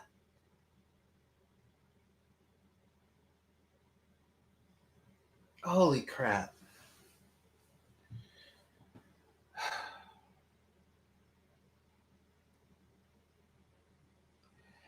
Math time. 15 women a day. Wow, that's 90. In the past 6 months, he talked to 90 or 15 women a month. He talked to 90 women, took them all out on dates.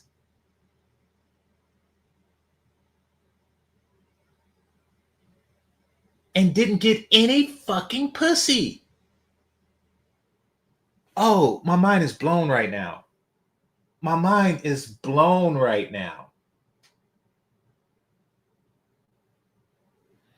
Even if these dates were just like $100 or something, that is $9,000. $9,000. $9,000. She spent $9,000 to not fuck.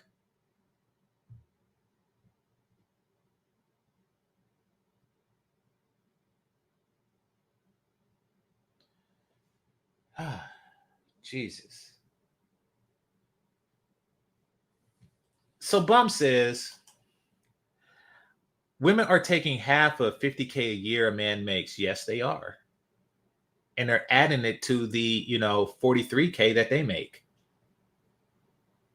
That's exactly what the fuck they're doing. And apparently they're taking $9,000 from niggas like this. And the year isn't over. Now, Cortez says something. He says he is spoiling women. Well, yeah, he's spoiling women with his time, money, and attention.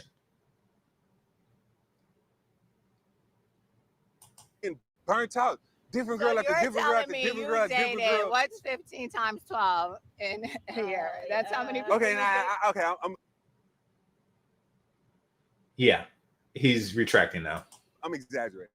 Okay, because I'm like, there's no way that you did not find someone. Definitely exaggeration. 15 people.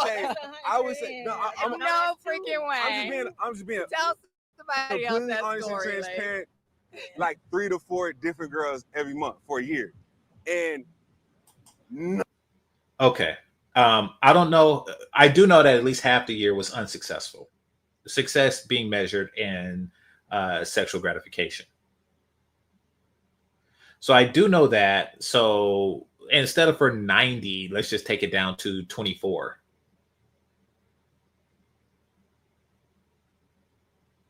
Which means you spent 2,400. Rounded up to 2,500. With nothing to show for it. Once again, you could have just zoomed to anywhere. None of them lasted. And I get into the relationship super hyped about her. Super wanting to put in work. Super like spending money. Super going hard. And then literally 3-4 weeks later, I take a step back and reflect and be like, bro, you don't want this. You just like, why are you talking to her? And or it's something that she did or something that she said that reminded. Men need to spend money to stand out from other men. Women need to suck my dick to stand out from women who are standing up. What the hell?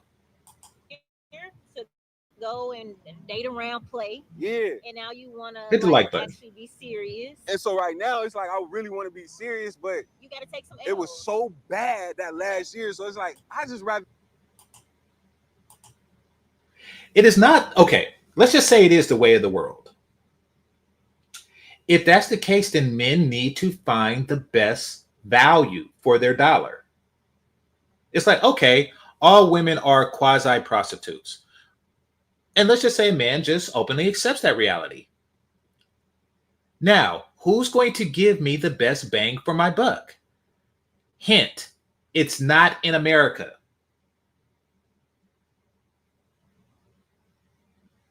Who's going to give me the best bang for my buck? Well, it's not in America.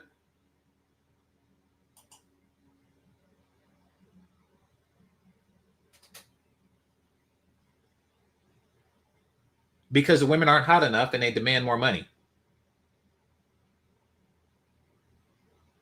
So you go and you find a place that gives you the best value.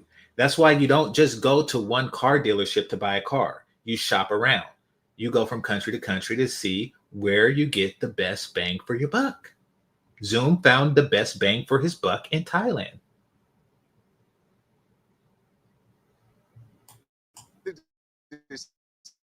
Save my space, save my energy, save my money, save my time, and just do me. Yeah, just as long as it needs. Yeah, as long as you need. And I feel like the girl I find is just gonna be randomly running to her. It's not gonna be me trying to bag her. It's not gonna be me trying to seek her. It's me doing what I do on a regular basis, and then she's just gonna come and just be an asset to my life instead of a liability. And so I just feel like today's day and age is more liabilities than assets. And it's just really bad. And I don't like to look at that transactional type of relationship. I know because I'm going back to your parents, and I think that's who you value. Mm-hmm. Even though you say the women are different, it's fine. Like my mom doesn't cuss. My mom wakes up every morning and prays and like. So you need to find a religious girl. Where are you finding? It's not even. You need to find religious. No. So you don't mind the cussing? No, I don't mind it, but I'm just telling you what type of If a women woman I'm curse or don't accustomed cuss, to. does not What type mean of women that's that not- I Is want. that what, is That's that what I'm what saying. you I'm a want? little confused what you're saying. No, I just want a very nurturing, soft, feminine woman. Well, Like, in order for them to be soft, you got to take them out of that environment for them to.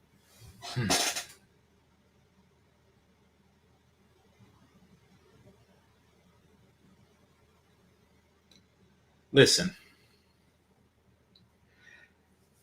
why is femininity a function of environment? And I have to tell you, every environment in America is a soft environment for women. No, I live in the ghetto. Oh, you live in that environment where the government pays your rent and feeds you for free. Gee, that's yeah, you are so hard because of that. You have such a hard life being taken care of by taxpayers.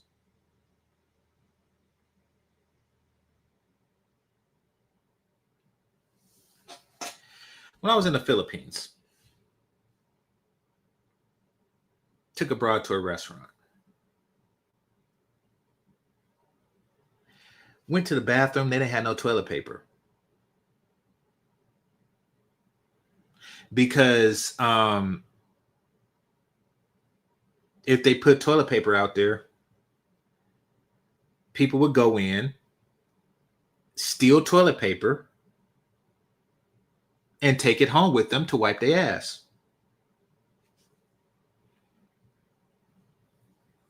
That's a hard environment. That is a hard place to be poor. Now, in fact, I'm going to pause this for a second. And I'm actually going to take you to the slums of the Philippines while these women are complaining about environment. Okay? Do y'all want me to go there? Tell me in that chat. Do y'all want me to go there?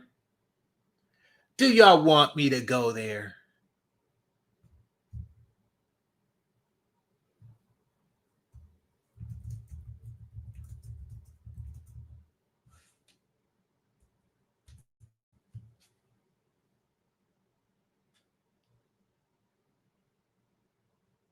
Uh-oh. Uh-oh. I got a video. They're saying, let's take a trip. I have one, I don't know. I have one no, and I have one yes. Should we take a trip to the slums of the Philippines? Should we take a trip to the slums of the Philippines?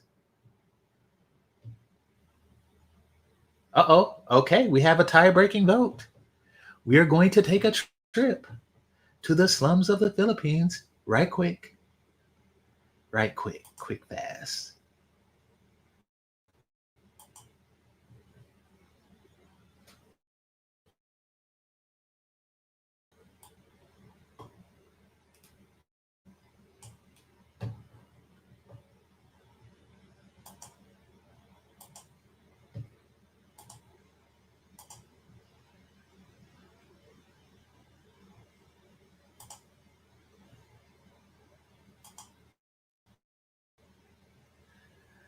The ghetto. All right.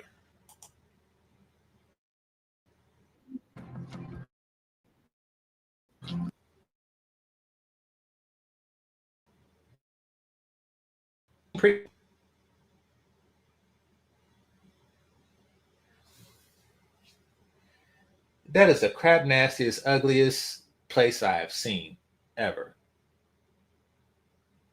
Well, these bras is complaining about Acorn Projects and their air-conditioned 2-story apartments. You need to put me in an environment so I can be soft. Okay, I'm gonna put you in this environment.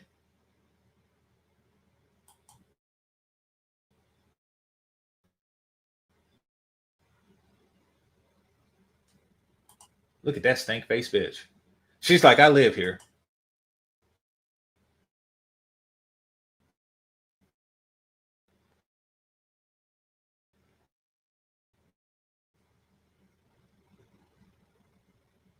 I thought it was a matter of environment. Okay.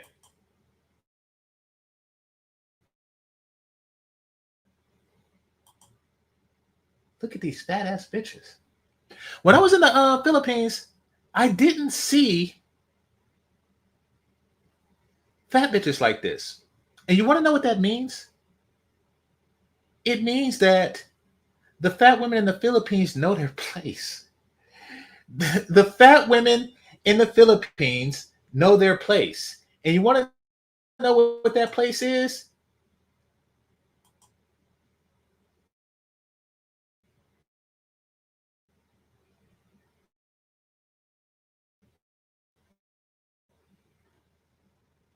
In shit halls like this. They keep their fat bitches in shit shacks like this, where they belong. But not our fat bitches. Oh, no, no. They scurry around in public like they regular women. Like they full female. Like what the hell?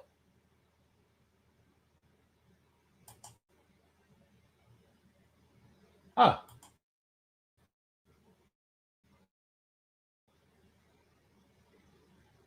I seen them doing that too. I seen them washing clothes in that little thing on the street.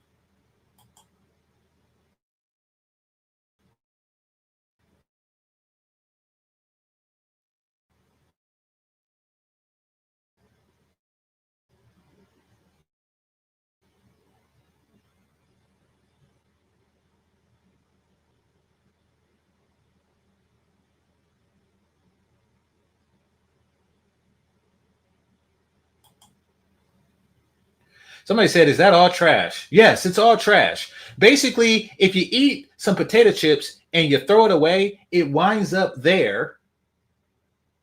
If you throw away a potato chip bag in America, it somehow washes up there and they live on top of it.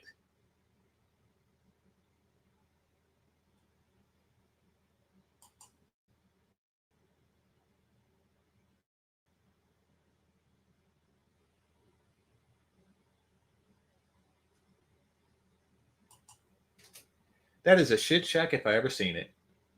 These broads are complaining. You need to take me. Listen, you take one of the not fat ones out of this environment, and she will treat you like a king, or else be sent back here. Else be sent back here.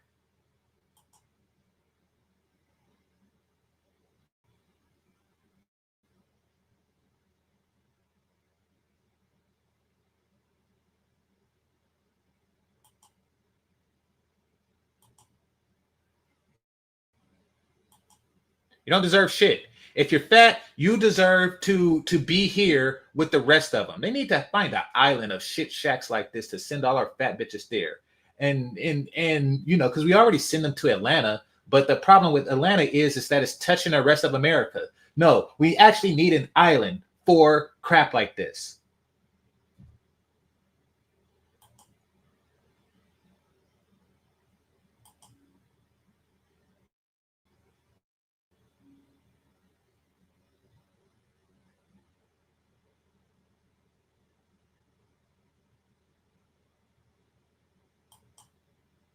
See? What happened to her femininity? Is that a lady boy? I don't even know. It's a weird, nasty place. All right, I'm going to get out of here.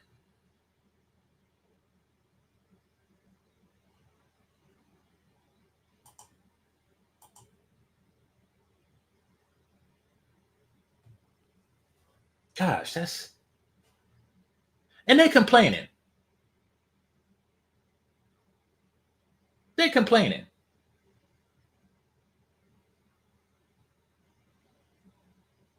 They're complaining because oh, you need to take me into a proper environment. Bitch, you need to go here.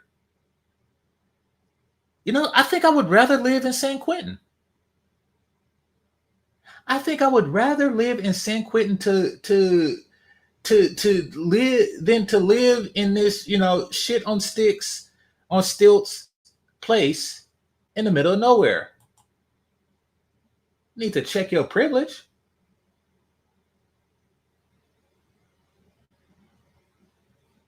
Look at this.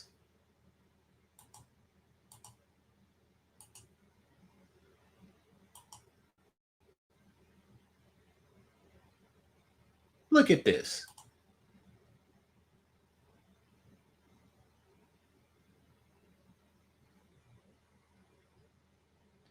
Look at this, awful misshapen man.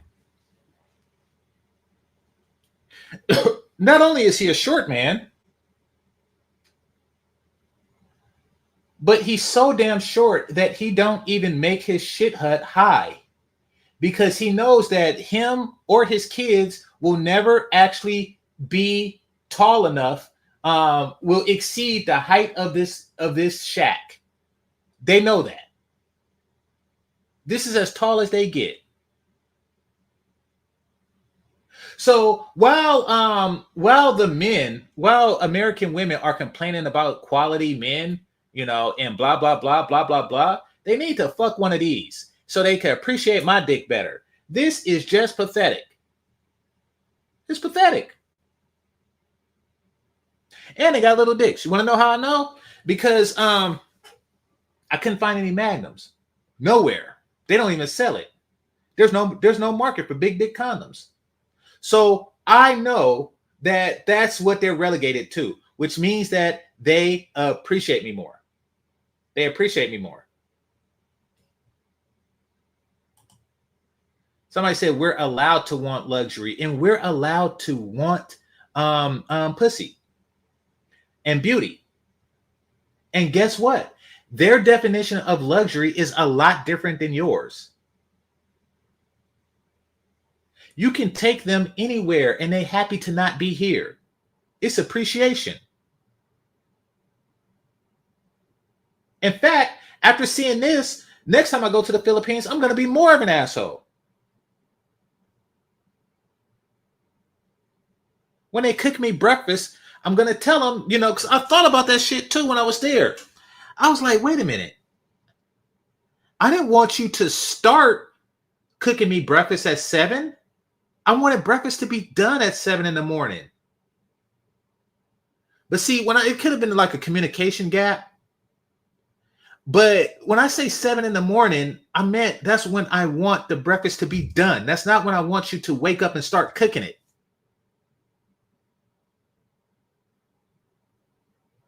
But now I'm going to express that shit. It's like, listen, you have it done at 7 a.m. or I'm going to send you back to the shit bars from whence you came.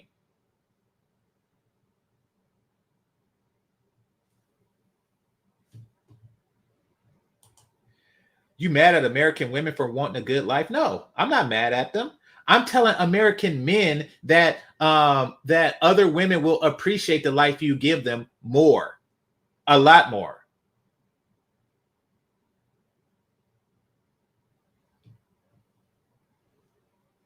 A lot more.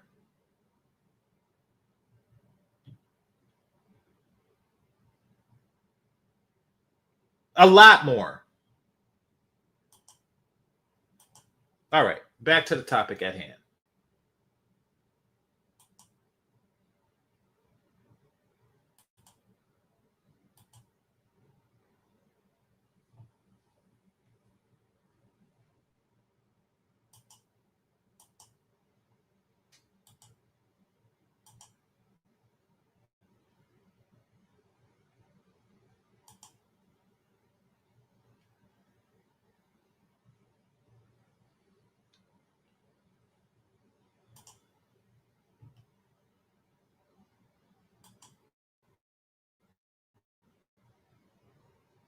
To be soft. Okay, question. And not If you want a man to be masculine, do you have to take him, or is it automatically gifts? So I feel like as a woman, like you should have emotional man. Yes, I would have looked at Okay. exactly, but I'm going to keep it a buck. He's shooting himself in the foot. Salute to his brother, but he's shooting himself in the foot. We don't know shit about it's complicated. And quite frankly, I made the mistake too, because y'all know too damn much about me. We know everything about this dude in one episode. We don't know anything about It's Complicated because he keeps it about his guests.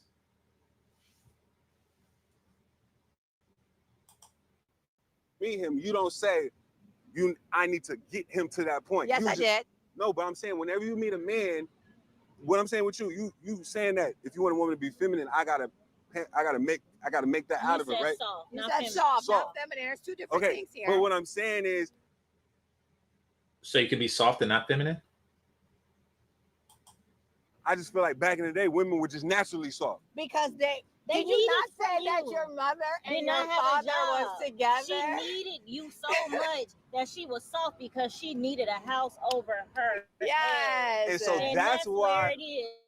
And now Women have more have opportunity. house- So then why, if women are able to take themselves out of despair, why are they requiring that a man takes them out of despair before they become soft?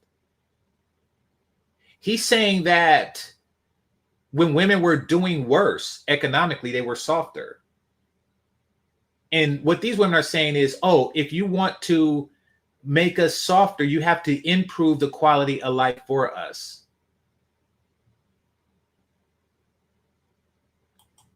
And that's why I'm saying we need to undo. a lot of women, I'm not saying your mom, but a lot that. of women back in the day, He provided. People my like kids. provider, and that's but okay. now, like you said, we're in a new age. We're different people. You don't need to settle anymore. Okay, you're different people. I don't like the person that you are. These broads are awful. This is Atlanta. Now, when they say we're different people, what they mean to say is we're stupid. We're stupid now. We cook, clean, and work 8 hours a day because we evolved.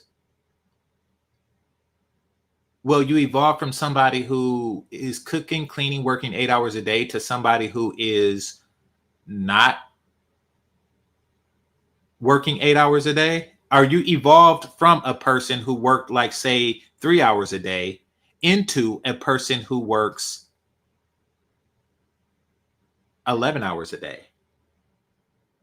You sound stupid because you're stupid. If you're working harder and getting less, that's not evolution. Okay. When we emancipated ourselves from slavery, if we worked more and got less food, we'd be stupid. That would mean that you're stupid.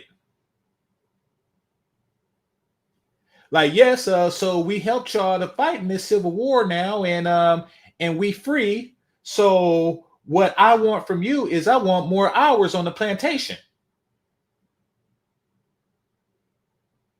Wait, what? You heard me. Now that I'm free, I want the freedom to pick 200 pounds of cotton a day. Like, what the fuck is wrong with you? These broads are so dense that they have the freedom to work more.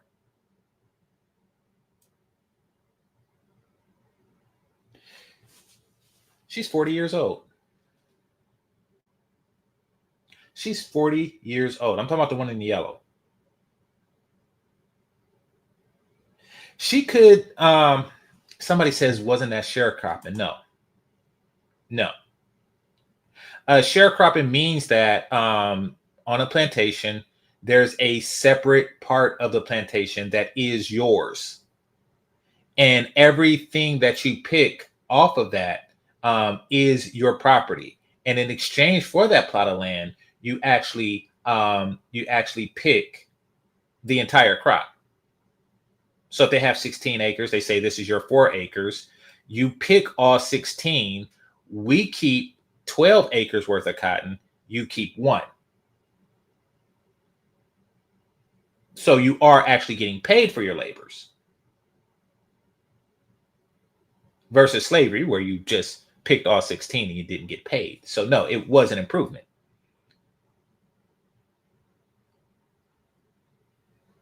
Unlike these bras, they're working more and not getting more. Right. You never did in the first place, but now you really don't. You don't have to settle. We don't have to settle. Right. You can go get that woman. It's a lot of women out here that don't cuss and that still look good. Yeah. Throw that money.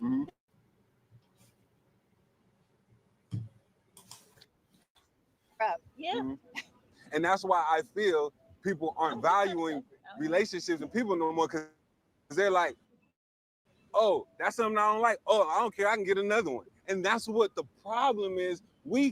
I think that's instead you. of working through. I think that's you. You Okay. didn't work through that 4 week. Yeah, Did that's you wanna you. work No, That- you have to- you can't project on what we think. Okay, though. so but you projecting on how I think. You said I think that's you. I asked you. All men want validation from women. No, I don't. I want my dick in your mouth. What in the hell? Listen, I don't give a fuck. I do not care. If I validate you, then that means that I want my dick in your mouth. That's what that means.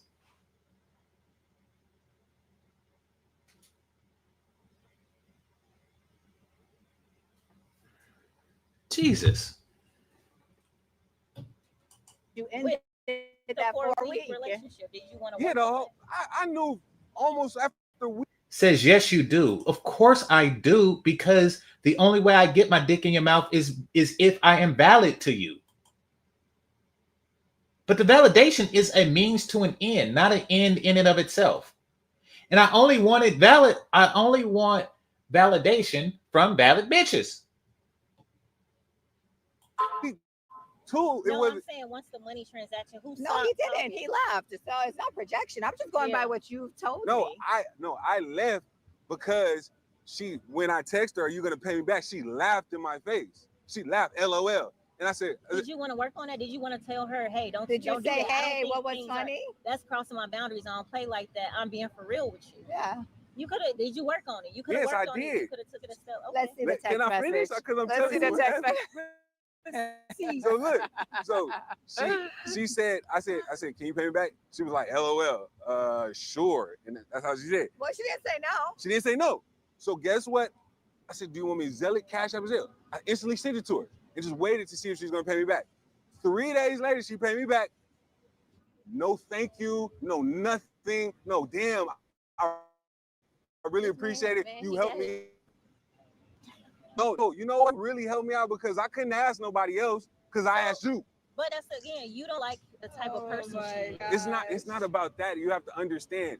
I have. You know, some people will say thank you. She didn't say thank you. We get you. We on your side. Okay, move on. I'm But you not. mad. But it's You mad that you didn't work on it. You didn't want to work on it. Did you tell her, hey, next time, say thank you? Or anything? Okay, keep going with the story. I'm sorry.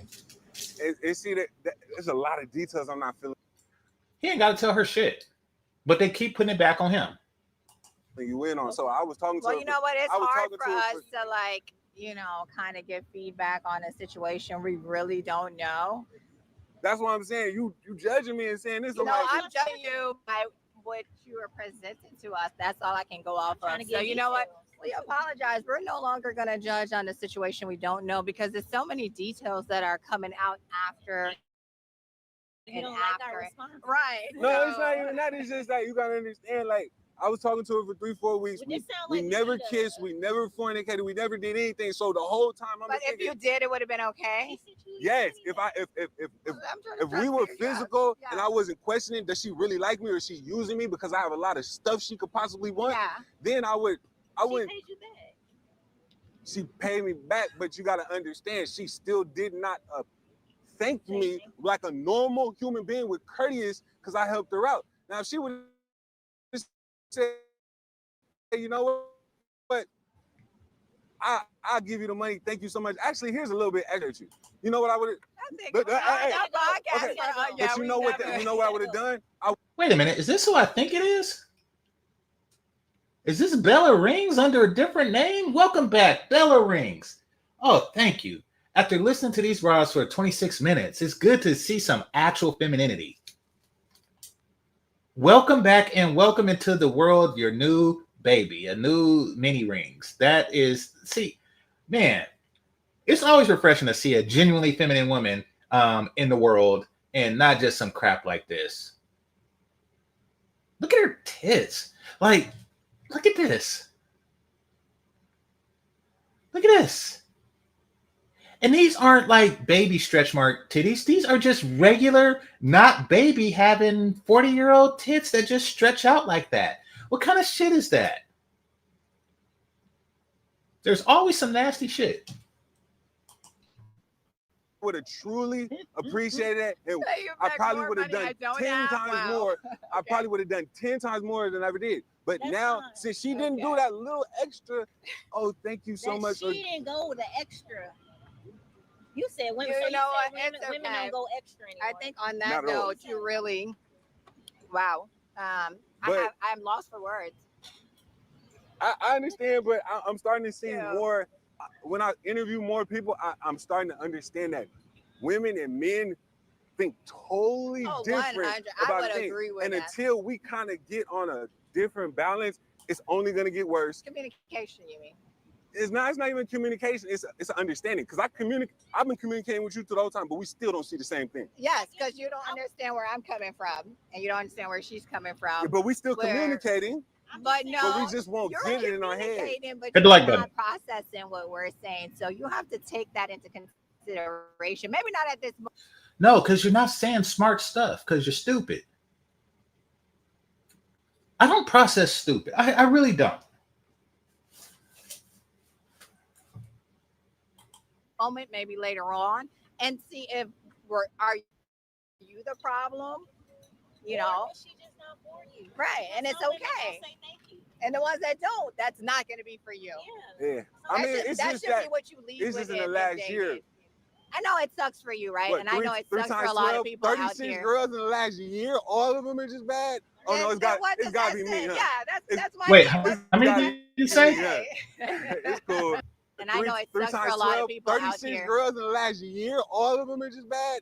Oh no, it's got to be me. Okay, so 3 a year, so he's doing 36, and yeah. Yeah, that's my thing. It's What got did to I be me. say? Yeah. It's cool. But yeah, I really appreciate you guys. Thank you for your time. I'm sorry it turned out longer than it should have Oh been. no, it's Because fine. usually it's Look only out, 5-6 Cabo. minutes. You know, you messed with us. We probably would have kept going, but we're a team. Nah, I really appreciate it. Thank you guys You're so welcome. much. Okay, so that happened. Yeah, he's giving up way too much. I mean, and trust me, his channel is doing better than mine's. However, he's doing worse than it's complicated. You're giving up too much of yourself. Oh, what the hell? Is this a fat one?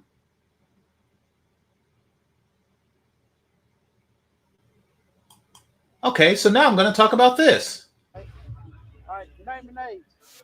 My name is Vivi. I'm 34. BB, Vivi, yes. how old you are? I'm 34. 34. How's dating like? in Atlanta? It's a joke in Atlanta. I'm a transplant, so What the hell? you can take that however you want to take it. What that mean? Yeah, what does that mean? Does it mean what I think it means? A transplant could mean a number of things. It could mean that you was born a different gender than what you present yourself as, or it could mean that you are from somewhere else. Or it could mean that you put somebody else's hair into your follicles. So yeah, you got to explain that. Like, I'm not from here. I wasn't born and raised in Okay. Georgia. I relocated here for work. Damn, they call that a transplant. Yes. I ain't never heard of that. That's new for me. You're welcome. I just enlightened you a little bit. That's what's up, though. Type stuff. You know what I mean? So what's the So I think dating culture in Atlanta, right? I think transplants gravitate towards other transplants, high key. But if you're born and raised out here and you try to date a transplant, it's an acquired taste. Because we tend to be a lot. Our mannerisms, the way we speak, there's just a lot of things that kind of don't align with the morals and kind of. She didn't transplant from work. This is one of those California bitches that was too ugly for our state. That and she found herself there. That's what actually happened. This is one of those fat California bitches that we didn't want, and she decided to go to Atlanta to find some big country nigga that will call her thick.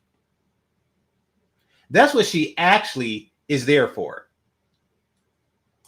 Like the culture of Southern culture. So like me being Afro Latina from the North, like it was a culture shock for me. Okay, she's not from here. I guess just the Southern hospitality. You know what I mean? Like girls are not girls for real. Like no offense to the women out here, but y'all be scamming ass hoes. Like for real. Like a man shouldn't treat you or have to take you to no booth and on the first date type stuff. You know what I mean? Like for me, like, yo, let's go grab some food and go catch a movie. Like I'm super basic, super chill. Like, but again, like given like I'm part of like a different age group, so it's different. But like I feel like social media culture has impacted how women and dating culture are in Atlanta. Okay. So she is agreeing with him. Like, it's okay to take a girl. Let's go grab some food and go sit in Piedmont Park, like, and just chill and like vibe type shit. Like, and let's have a picnic. Like, I'm cool with that. Like, it's reminiscent. Okay, so she's basically saying that she's more down to earth than the more attractive women in the previous video. And I can understand that, and I do appreciate those values. However, you are fat, and that is a deal breaker. You see, here's the thing. They try to negotiate. They try to negotiate. They try to say stuff like, listen, I'm fat, but you don't have to take me to Naboo. You could just take me to, grab a bite to eat in a movie. I'm fat, but I'm low maintenance. Those two things do not cancel each other out. Every sentence ends with the words, I am fat. Or every sentence that contains the words, I'm fat, ends right there. Everything else you say after that point is not valid. The New York culture, because like you could grab some food from the halal truck and go sit in Central Park and vibe and like go ride a boat on the pond and like it'd be great type stuff. You know what I mean? So like I feel like men aren't appreciated here, and I feel like they're scammed out of money. But it's like, yo, like a girl can treat you on a date. Like I personally like. Are you single? I'm single. I am. You single and you doing all this? You should be. Damn, yo, what's up? You're fat. I mean, I'm an acquired taste. Because you're fat. I'm not everybody's cup of tea. Like Amaya Papaya says from Love Island. Like I'm an acquired taste. Like I'm not everybody's cup of tea. I mean, Latinas are toxic. Why do you say that? That's all I gotta say. Latinas are just toxic because we're not everybody's cup of tea. We're also spicy. You know what I mean? But like we're not everybody's cup of tea. No. It's not that you're toxic. It's not that you're spicy. It's that you're fat.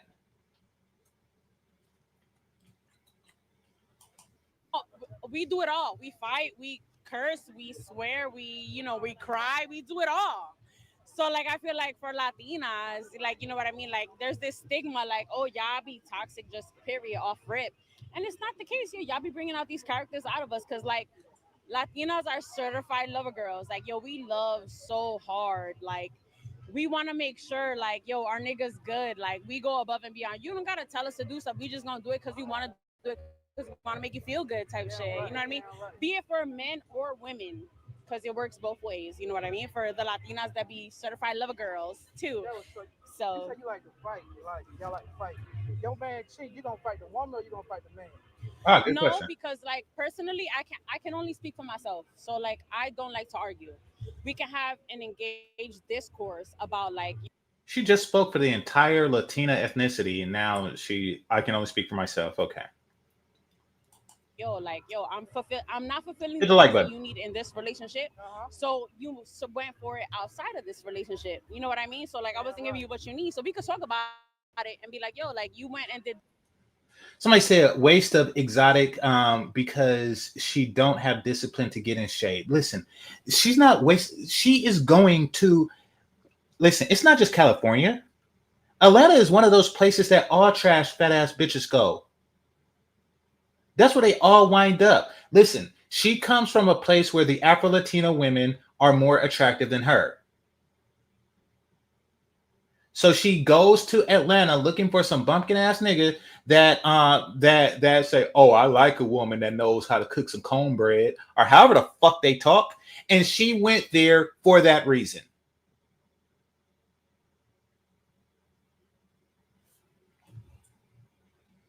Because she can't compete in Miami, in Spanish Harlem, or wherever the fuck y'all keep your Afro-Latinas on the East Coast. She can't compete with that, and she knows it.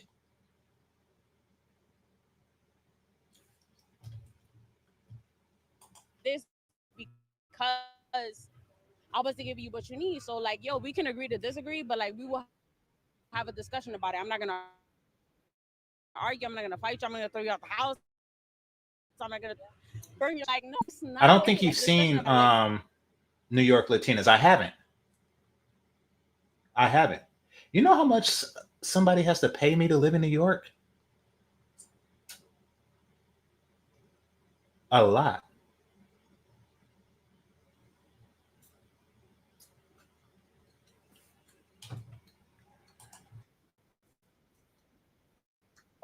What was I lacking in this relationship that made you go look for it elsewhere?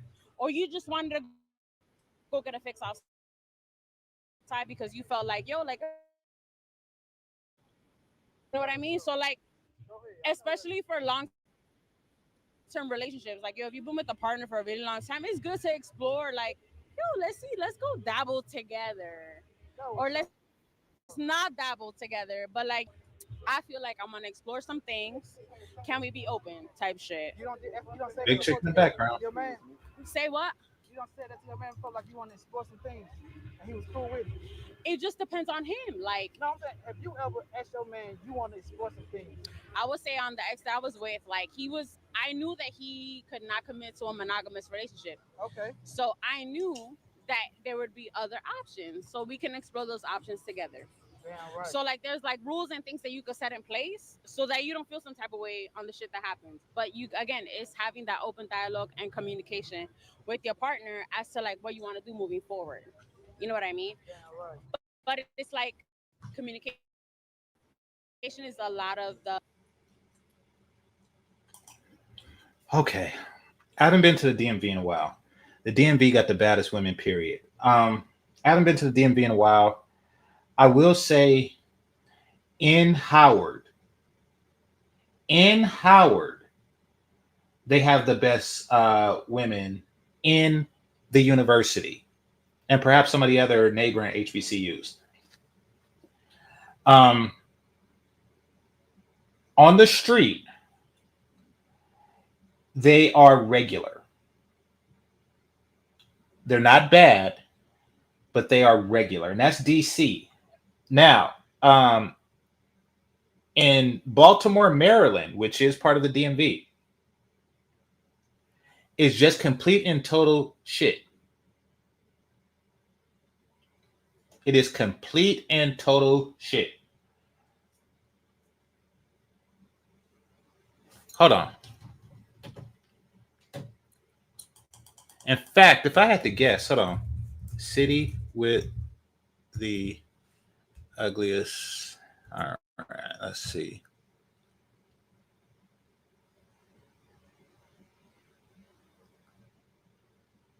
Yeah, number one is Baltimore.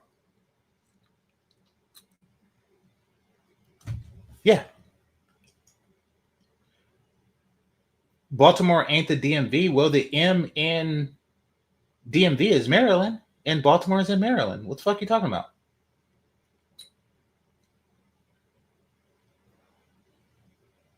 And I don't know anything about Virginia.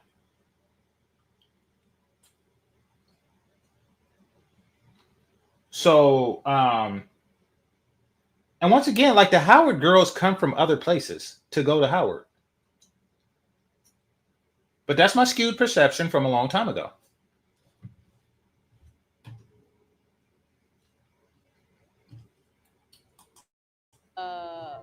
is like lacking in a lot of relationships. Like, yo, like I don't want to be vulnerable to tell you because men are vulnerable. It's like, yo, if I tell this woman how I feel, like they're not gonna be receptive to what I'm telling them. They're just gonna take it and weaponize it against me, which is like 95% of the time, which is what happens. And it's like, yo, bro, like you're not understanding like what I'm trying to tell you for real.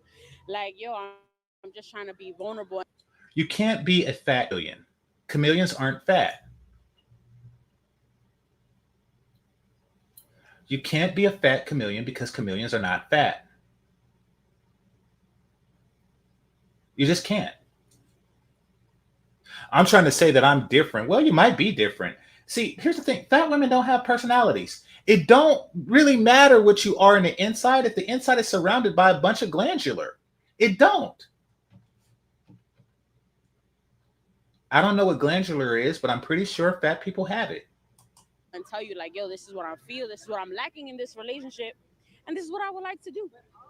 So it's just like the lines of communication needs to be open. And it's like women, which again, y'all can agree or disagree because I know women are gonna come for me for this when I say it, but it's like to get a man, women will be like agree, and then when they're in the cusp of it, they'll be like, no, I ain't okay with that. That's not okay with me.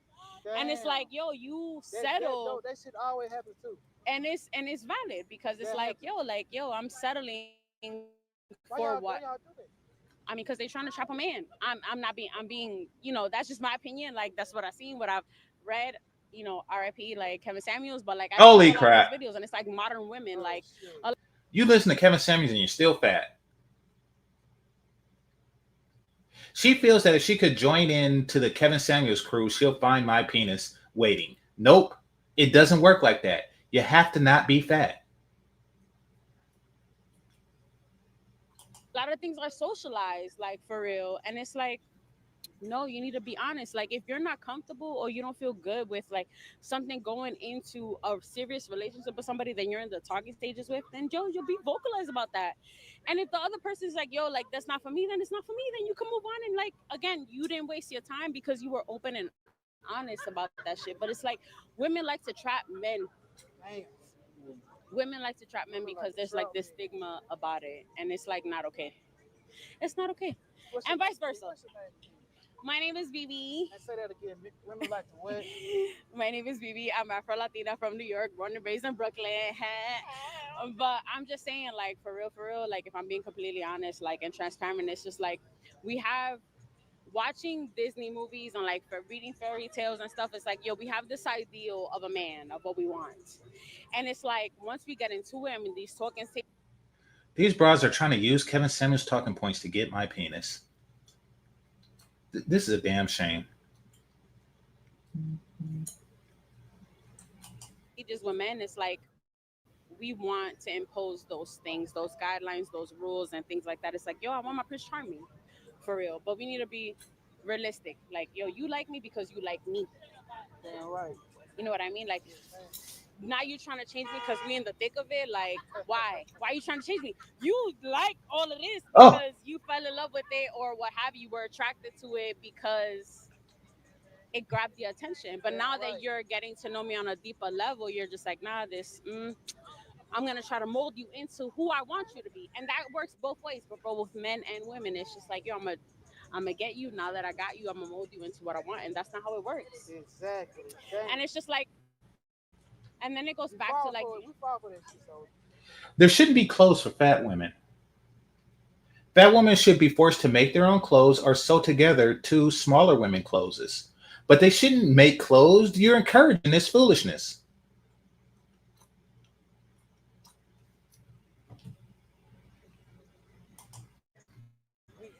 It's all fault too. For sure, but also it's just like, I feel like you shouldn't go into something if you're dealing with unhealed trauma, right? So like you moving on from the next person or trauma that you dealt with, childhood, relationship, what have you, that is triggering for anybody that you go into a relationship. Damn, look at that. And that's something that you need look to at in the background. On to the next person if you want to be that you dealt with. I feel like you shouldn't work. I'm gonna try to what have you, were attracted to it because it grabbed the attention. But now that you're getting to know me on a deeper level, you're just like, nah, I'm gonna try to mold you into who I want you to be, and that works both ways. But both men and women, it's just like, yo, I'm gonna get you. Now that I got you, I'm gonna mold you into what I want, and that's not how it works. Exactly. And it's just like, and then it goes back to like, we fall for that shit, so it's our fault too, y'all. for sure. But also, it's just like, I feel like you shouldn't go into something if you're dealing with unhealed trauma, right? So like, you moving on from the next person or trauma that you dealt with, childhood, relationship, what have you, that is triggering for anybody that you go into a relationship with. And that's something that you need to heal from before you move on to the next person if you want to be a best version of yourself for the next person.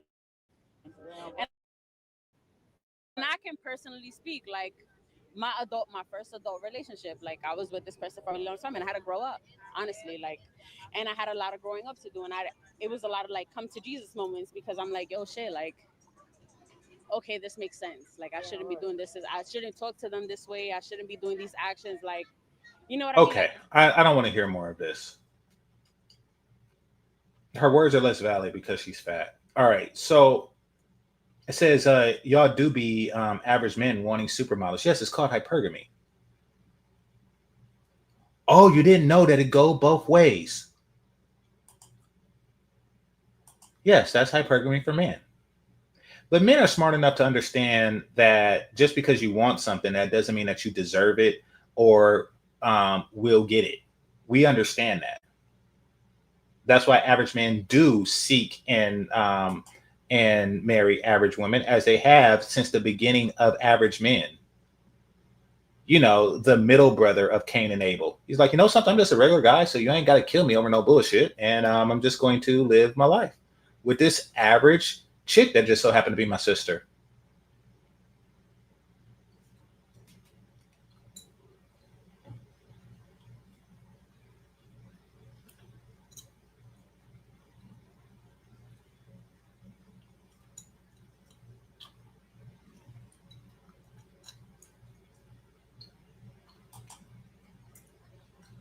All right, so now I'm going to go to the whole Feel from the Advised show portion here, and we're going to cover that. Hold on. So,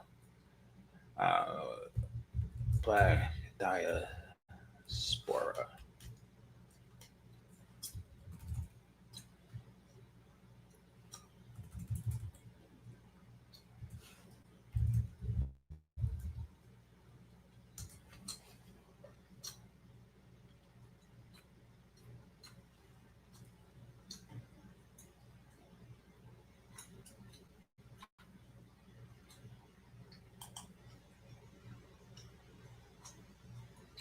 All right, give me a second. Yeah, hit that like button.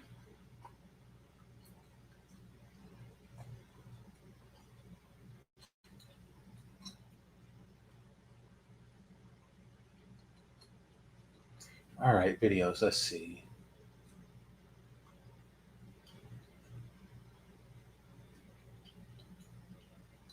Oh, wait, was this a recent video or a video from a long time ago?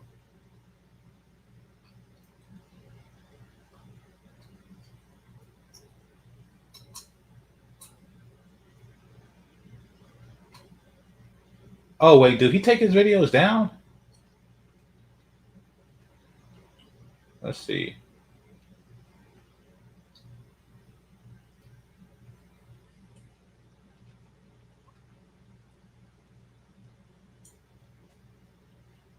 Okay, let's see.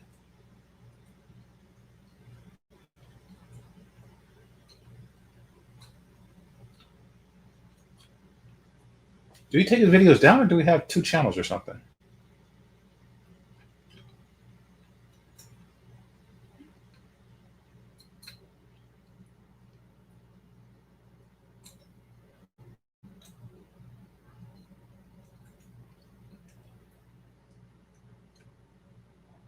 I've got a lot of stuff about Africa. This is garbage. Okay, so now I got to go into my history, because apparently he this was from a long time ago, but it just came up on my feed. Somebody says shitty bomb rage baiting at this point. Well, you just now realize that about Shitty? Like that's like a given. That's kind of like what she do. That's kind of like her thing, Josh.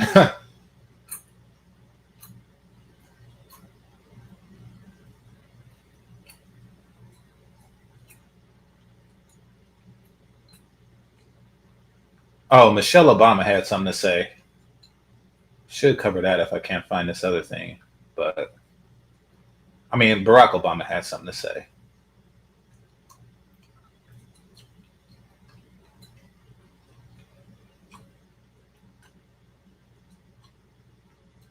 All right. I might have to go back too far to find this. If not, if I can't find it, I'll just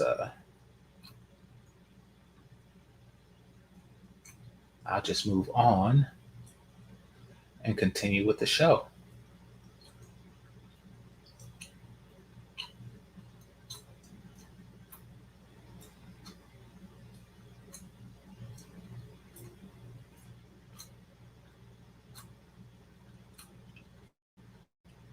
All right. Let's see. Yeah, I'm still talking to, what's it, Shitesy or something like that?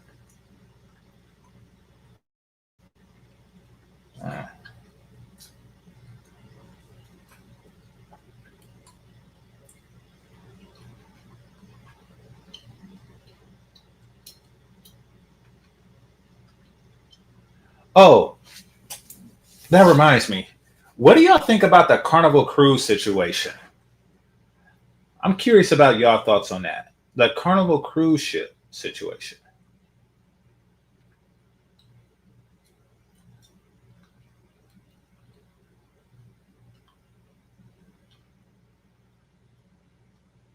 Seen something on that a couple of days ago.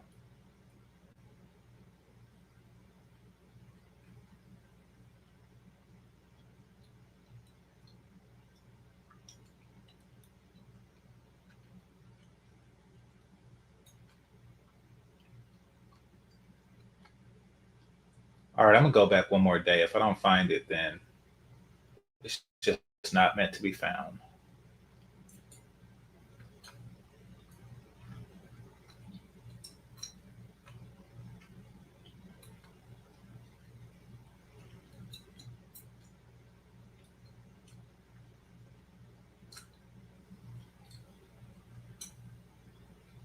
All right, one more day, and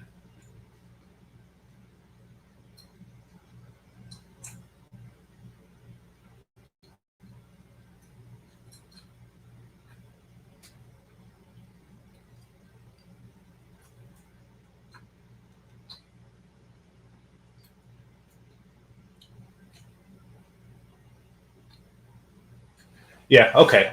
So it's not meant to be found. I don't know if he took it down or what, but it's not meant to be found. But basically, you know, he was talking about the passport bros. And, you know, it was more of the same, like, you guys should be going to these countries because life is like a box of chocolates. You know, type stuff that he says. So he was on that ish. Let's see.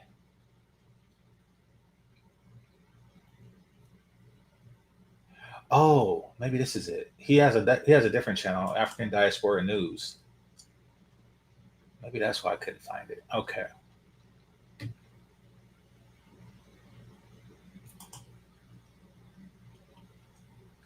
Oh, this one is more active. Okay, I see now.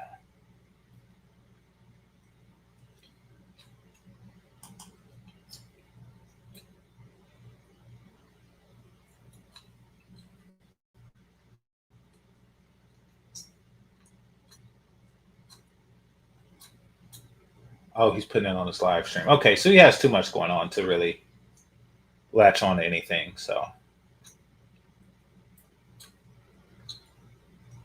I am going to cancel that segment, at least for now, and look up Chantel Simone, because she had something interesting this morning. Shout out to her.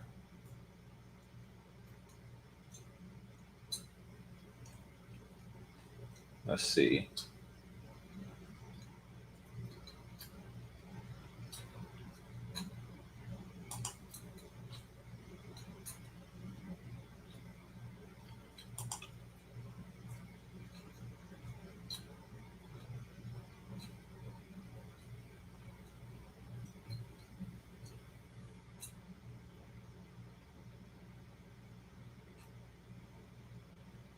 All right, hold on. Let's see. Cortez, I didn't see getting pretty white women. Okay. Do you see Cortez at all? Is a question.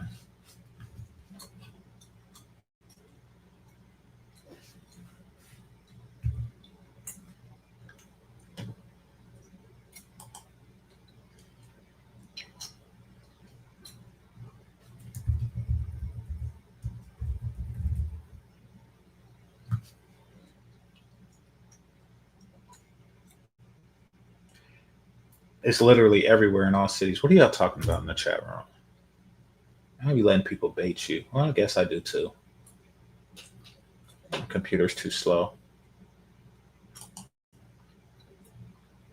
Rid of some of these extra boxes.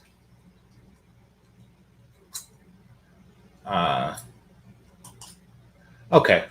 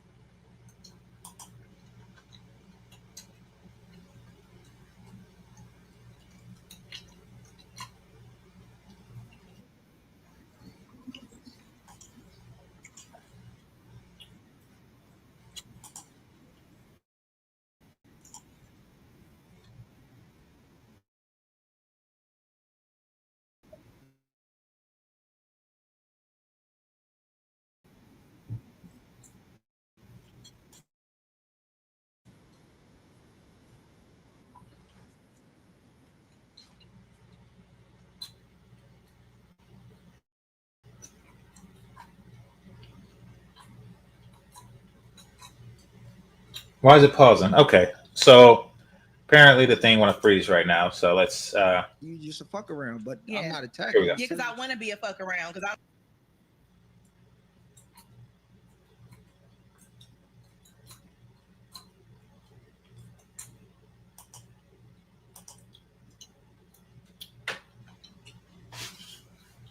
I don't want to fuck around with him like Look, that. Do you really want to be a fuck around? Yeah. So wait, Nika, so it's not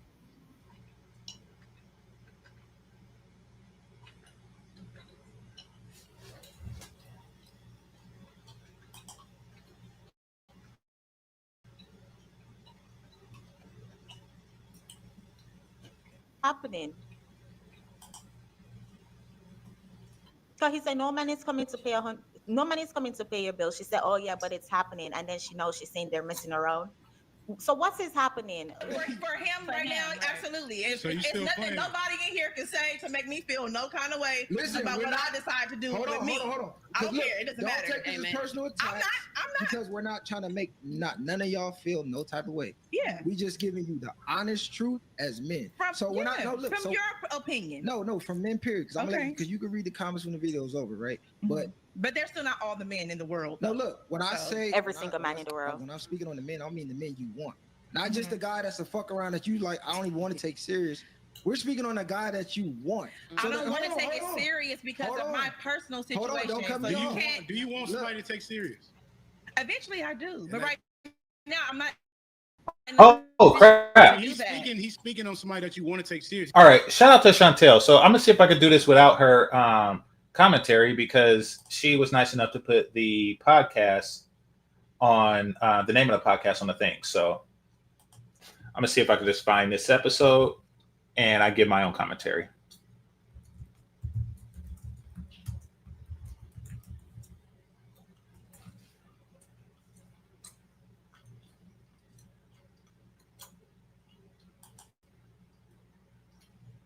All right, let's see. Here, I'll play this while I do that. You're not speaking from perspective of who you're dealing with now. So don't personalize it. He's speaking in general. You know, and it's very unfortunate that they have to break it down that's simply for her. And how much y'all want to bet she still don't get it? Trying to deflect from the point at hand, trying to move the goalposts because the guy's original point was no man is coming to pay your bills. Why we arrived where we are is beyond me. But let us continue. When you find this person that you want to take serious, that's the position he's speaking from. He's not speaking because you got somebody to fuck around. Right. When you find somebody that you don't want to fuck around with. Okay, I'm gonna let him speak because all of y'all I promise whatever he says is not gonna apply to me. But go ahead. It applies to you because it's your reality right now. That's how it applies. It's been that way, CG. It's been that way. Listen to what I'm saying. Your reality right now. Yeah. You don't have a man living with you. No. You don't have a man paying all your bills. That's your reality. You're speaking on a want, and then you're saying, well, I don't want it now, as if you can just go out and get it whenever you want. And men are telling you, wait a minute, y'all are being delusional because no, you can't, because we're Dang, he's killing her. He is killing her with the truth. I mean, they always like to present like, oh, I got somebody paying my bills now, but he's not actually paying my bills. He's just living with me and fucking me. But, I could get somebody to pay my bills at any time. Holy crap. Okay. we're the ones giving it to you. So even though you get it, first of all, you're 40. You're only getting older. I don't look 40. Oh my God. It don't matter what age you look. You're fat. It don't matter what age you look. You're fat. And a 40 slim woman is better than a 18-year-old fat woman. Once again, after fat, nothing else matters. Oh, yes, but I'm young. I'm rich. I have a great personality. You're fat.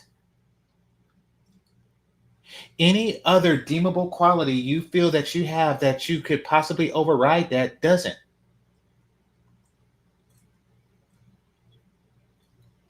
Laughing, but I don't look 40, so that doesn't matter. It matters. It don't. I promise you. You know why it matters? Yeah, please tell me why. Because you don't look 40, but there's somebody who actually is not 40. And I'm gonna go pay her bills because she's not 40. She doesn't have any kids. That's you. Let me ask you something. That's you. What do you mean she don't look 40?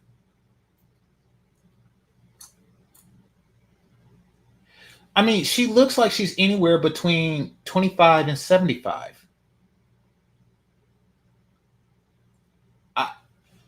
It's not, you don't look young or old. Somebody says cannons. What the, nobody want those cannons? And look, she got the pillow there. And so does she.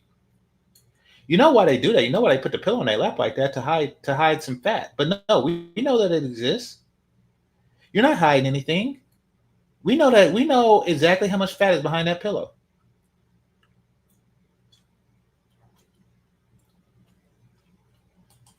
Okay, let me ask one question. What is the benefit of him paying your bills, a 40-year-old with a kid, versus a 25-year-old with no Well, kid? the age has never came up, so I don't. Maybe I should ask him because the age has never. No, I came know. up. I'm asking. Who is him though? She said maybe I should ask him. Who is him? She said she's messing around with a guy that she's not checking for, that she doesn't want a long-term relationship with.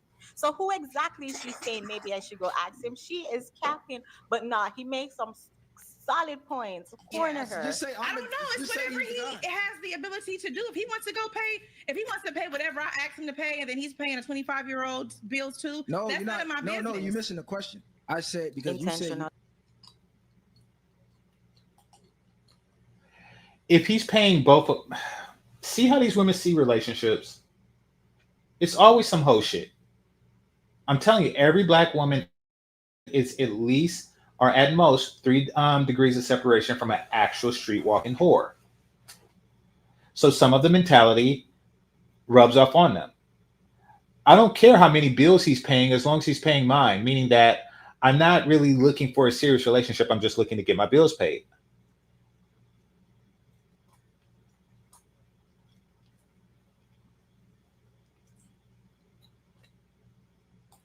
go get it right. Like, okay, he Well, it's pick already you. there. fair. I just choose not to flip the coin because of my personal. I'm giving all my attention to my daughter right now. I don't have it to give to a man. Right. So that's why he's not gonna pick you. I'm not paying your bills, and you can't give me all your attention. Fine. Right. Yeah, that's fine. No, but she's saying when I'm ready, I'm gonna go happen get it. when her daughter grows up and like live her own life and find her own husband or something like that. Then who's gonna be sitting there? What man's gonna be like a shelf item and just gonna be sitting there waiting on you to make your decision? No, he probably Not the men that you want. I'm gonna be realistic. He probably, the guy that we're speaking of, You know what he I'm saying? probably won't be waiting, right? And I don't expect him to. I understand. Who the fuck do I think I That's am? what I'm You just just saying. don't sit and Nobody wait has for a me. shelf life, yeah. Yeah, but I want to be clear though that because you guys have your opinions and then you know the statistics and all that, but there are still those certain guys that don't go by that same thing. Let me tell you, promise you. those are the guys you don't see. This.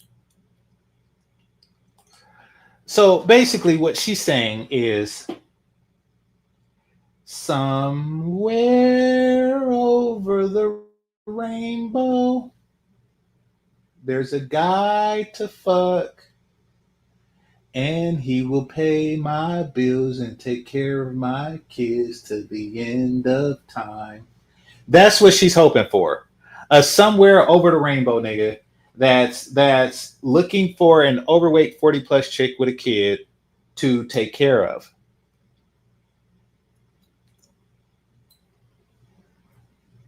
This is the insanity with women. This is the insanity. Why am I right? insane? I'm gonna tell you why. Because men will sit here and tell you this is how we think. You guys will say, no, it's not. This is how you think. But you're a woman telling men how we think. We're literally telling you this is how we think. I never disputed how you think. But all of y'all All men men are the same. No. That's right. They are so shallow. They are so shallow. Here she's like, I never disputed how you think. He's saying men in general, the average guy don't want to pick up a what left woman with used womb, a 40-year-old woman with used womb when he can get a younger, more attractive, fit, feminine, raised to be traditional wife. Right now, she's like, oh, guess what? You think they have this mindset where it's like, no matter how washed up I am, no matter how damaged I am, no matter how expired my eggs are, a man should come and still pick me up. When you compare a 40-year-old to a 25-year-old who is submissive, who is not argumentative, who has a common sense to put two and two together and not argue, would a man? Well, wouldn't a man sign up for that? But again, it goes to show that they are so stuck in their dysfunctional mindset. Something as simple concept they're refusing to acknowledge, refusing to grasp, because she gets it, she gets it. I honestly believe that at nighttime she understands exactly what he's saying. She cried herself to sleep at night, wishing she had a man. No, Chantel, she don't. And the reason why she don't is because they don't understand numbers and probability and things like that. So from her perception, they don't understand statistics, which contains numbers. From her point of view, because she has, from her point of view, 1% of the male population is that guy, is that simp that's going to provide and take care of her. So if she has 100 guys, then that 1% would be in that. That's how she calculates, but she don't really understand that she would actually have to go through those 100 guys to find that one guy that's willing to do that. And then the probability that he won't find another 40 plus year old single mom to take care of as opposed to you. And that's, oh, by the way, that's why these women want so many guys hollering at them all the time. You're feeding this delusion. Like, okay, I get 5 guys hollering at me a day, so after 20 days, that'll be 100, and you know, one of those guys is willing to pay all my bills. That's what they're thinking.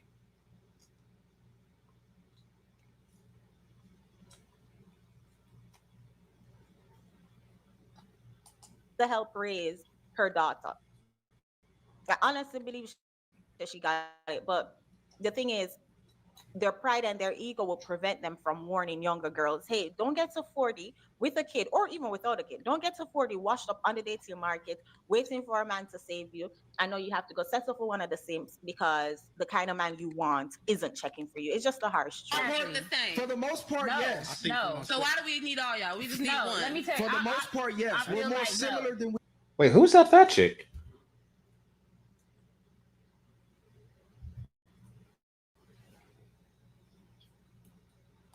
Hey, don't get to 40 with a kid or even without a kid. Don't get to 40 washed up on the dating market, waiting for a man to save you. I know you have to go settle for one of the Sims because the kind of man you want isn't checking for you. It's just a harsh truth. I want the same. For the most part, No, yes. No. So why do we need all y'all? We just need one. Let me tell you. For the most part, yes. I We're feel more like, similar than we are. There is a difference from West Coast to men that's born in the South. Yes. Huge difference. Yeah, and You East talking? Coast. No, seriously. You talking South? You talking very well So mannered. we're talking about You're seven talking hospitals. characteristics. Yeah. What is she talking about?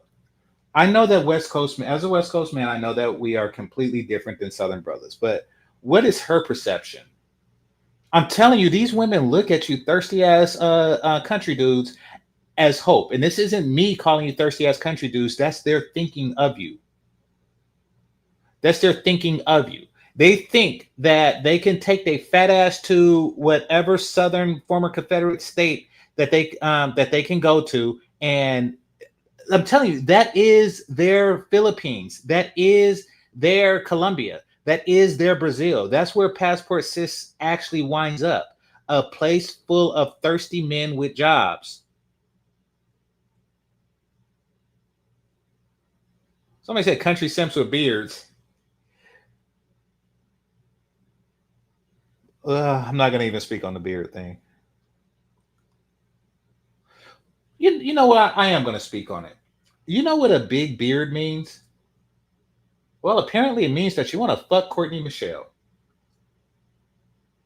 At least according to her. But we're not even going to go into that anymore.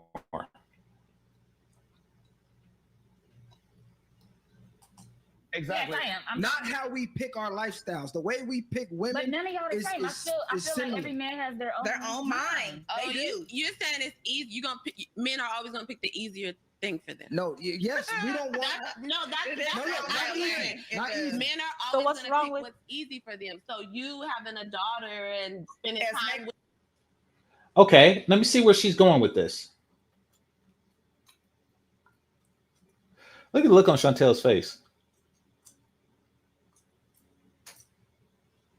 Look at the look on Chantel's face. Right now, Chantel Simone looks like Jiminy Cricket if Pinocchio was still lying after 50 years. She's looking at these chicks the same way Jiminy Cricket would be like, nigga, what? You still haven't figured it out? Nose big as fuck talking about I still want to be a real boy. Nigga, you 50. You got termites and shit.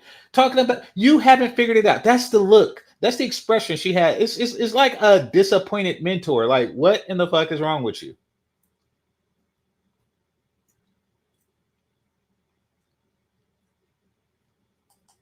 Yeah, it's not gonna make them choose me. Difficult but mind you, So what's wrong with that? Who on earth is not going to pick the path of least resistance? Who on earth is going to? Stupid people. And I got to correct Chantel here. Who on earth is not going to pick the path of least resistance? The person who is concerned with the destination of the path. And that's the difference between me and many other brothers. And when I say other brothers, I'm talking about low-hanging fruit. Like the path of least resistance to box is the low-hanging fruit. It is the, shout out to Fantastic, below and below. That is the path of least resistance. However, where does that path lead? That path leads to an undesirable place.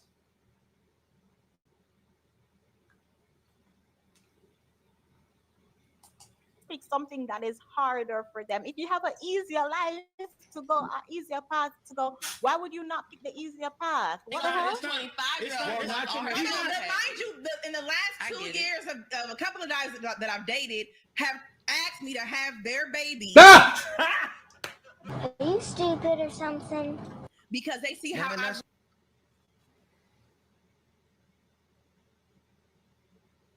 Notice how when their value comes into question, their response is always some form of, there are guys that are willing to fuck me.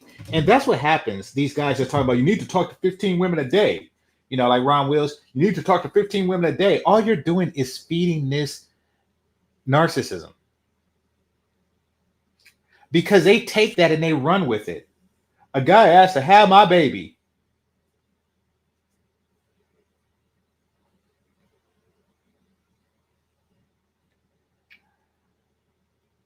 Give that guy a turkey baster and see the expression on his face change.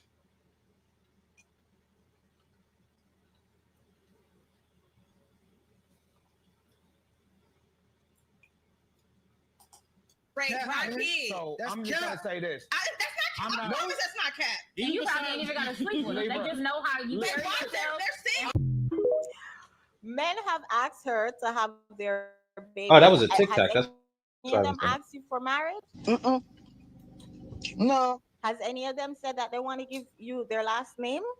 Has any of them want to commit to you for a lifetime? Like they just want you to use your womb to reproduce? What kind of man that she picking to? What kind of man is she surrounding herself with? Will say, hey, I want you to be my baby mama. Ooh, the ghetto. The ghetto. But y'all, it is the ugly truth that gets women triggered. And for me, it's like, okay, get mad if you must, but it is what it is. If we want a man, it's time for us to hear what men want. It's time for us to listen what they desire. You know, we can't go on a dating market saying, oh no, you're supposed to desire me, when the market is like, no, I desire something else. And you're like, no, you're supposed to desire me. Like, what kind of market is that? Imagine you go grocery shopping and you're going there for bananas, but tomatoes are like, oh no, you should get tomatoes. We will not have it. I said we will not have it. Oh. You should get the tomatoes. Oh my gosh, y'all, make it make sense, but you cannot. Again, get triggered if you must, but I said what I said. And this is exactly why I encourage men to get to the chopper. Okay. Shout out to Chantel Simone. It's a lot of like cut in clips there.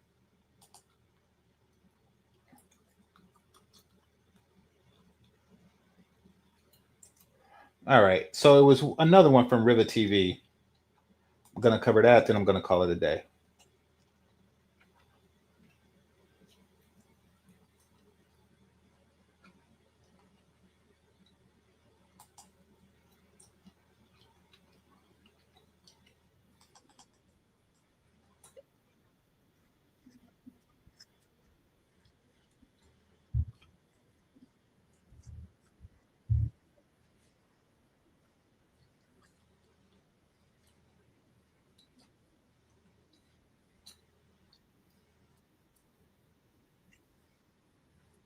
Damn it.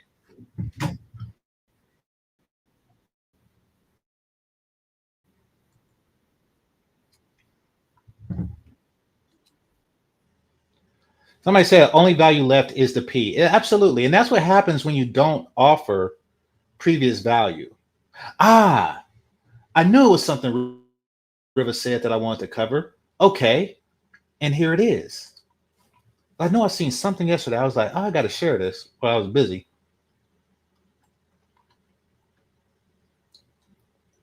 But I'll share it now.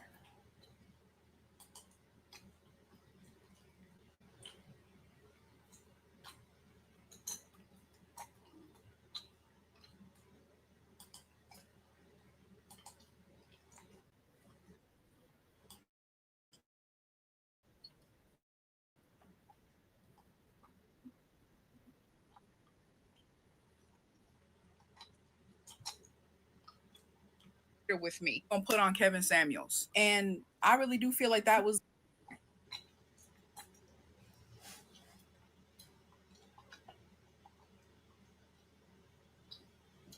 the beginning of the end. Big Shirley.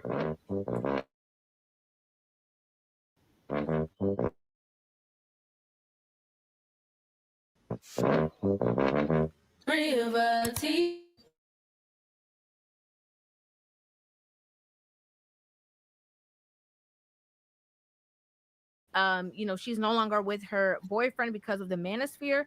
I have not watched the video. I'm going to watch it authentically with you guys. We're going to press play, pause, play, and I'm going to give you guys my thoughts, my feelings, my opinions on this entire conversation.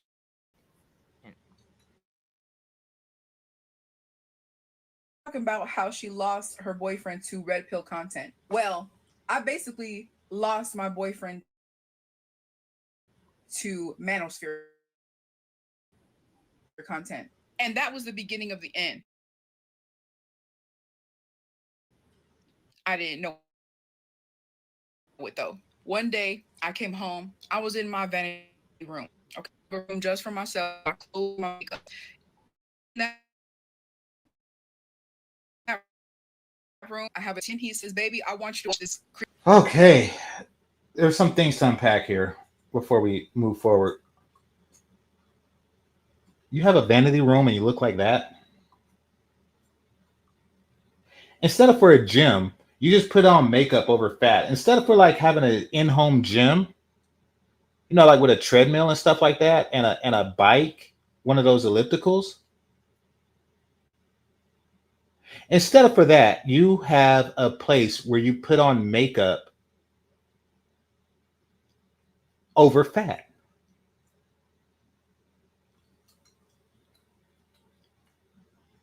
Okay. Now she says that she was with this dude for 3 years. All right. Let's see where this is going.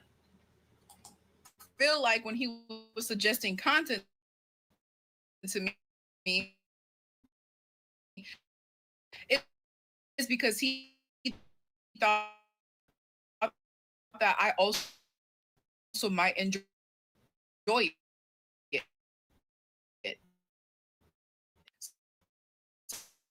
So I said, "Oh, okay. What type of content does?" Y'all seen that because it was buffering, but she basically described the situation with Kevin Samuels and her boyfriend. He described Kevin Samuels as a person that sits up and argues with women all day, and her response to that is he gay? Because that's what gay guys do. That is not what gay guys do.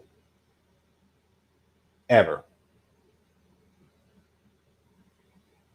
In fact, they're the least likely to argue with women. Like every man in a relationship with a black woman has argued with her. That's what straight men do. But the reason why she's come to this conclusion is because the only time men talk to her is when they're trying to fuck, meaning that they're desperate because they're fucking women that look like her. These guys are going to be agreeable. So if a guy isn't agreeable with her, he must be gay because he don't want to fuck. That's where she's actually coming to this conclusion from. Man who goes out about his way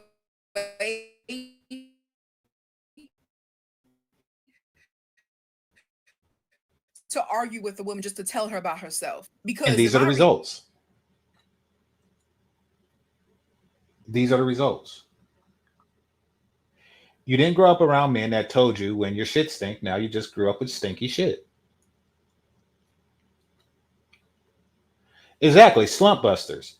The only guys she talked to are slump busters, and slump busters, because they're in a slump, they become agreeable. They already agreed to talk to your fat ass, which means that these are compromised guys.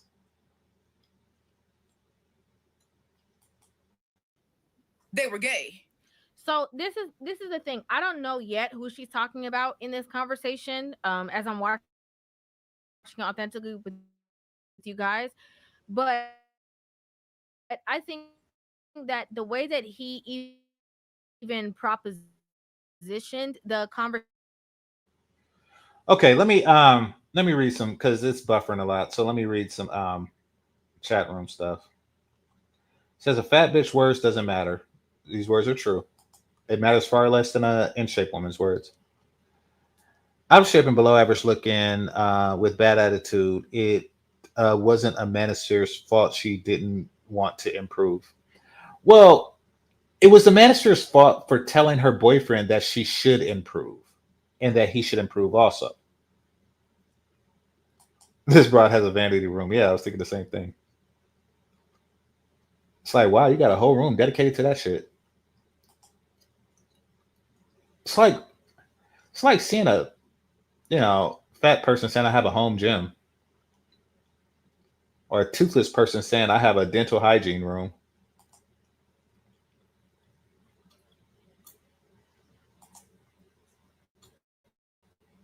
Or an incel with a sex dungeon.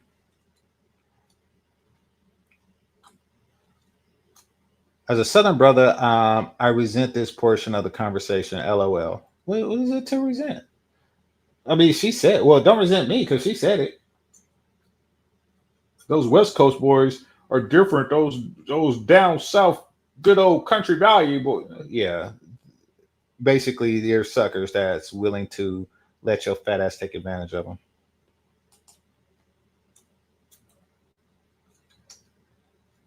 It's like that scene on the movie Sinners. Oh, that Irish beer and that Italian wine is too fancy for me. I just take some good old corn liquor. And the dude had overalls with a tie on. Now all I has is these two wooden nickels. That's how the world sees you. That's how women sees you. As a person who don't feel like he's good enough for some Italian wine or Irish beer. So he's going, so you corn liquor. You that corn liquor that he buys with wooden nickels that's only good at the local supermarket, the local colored only supermarket. That's you. That's how they see you. That's how they see your ass.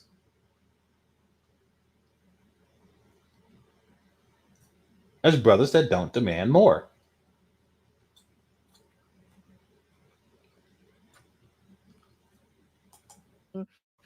This man argues with women on his platform. I don't know who exactly he's talking about because there's been so many people who have replicated conversations. But if in fact he's talking about the originator, who would be Kevin Samuels, Kevin Samuels offered women to come on his platform to give them advice and tell them how they can get the results that they want in relationships. It only turned into an argument or a disagreement when those women would get triggered. And somebody who used to watch that content, I know for a fact that he actually, once women got disrespectful and it got to a certain level, they were kicked off the program, already, immediately. So it wasn't really an argument that. Oh, my logo is covering Riva's face. So Riva TV, she used to do like I seen it years ago. I don't know if she took it down. But Riva TV used to do like hair videos for her textured hair. And I'm bringing this up while the thing buffers a bit. For her textured hair, or whatever she is, light skin or mixed or whatever. But she has her own textured hair. And she was actually telling women how to wash their damn hair. But furthermore, she was actually in the shower with her t-shirt on, washing her hair on some wet t-shirt shit. And I was thinking to myself, wow. Do you think women are watching this shit? Oh shit. I had to think like, wait, does she actually think that women are watching this? Or is this some thirst trap, but not thirst trap. Is this some like passive aggressive thirst trapping?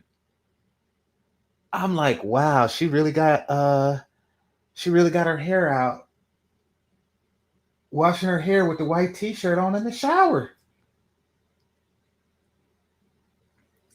Just saying. Okay.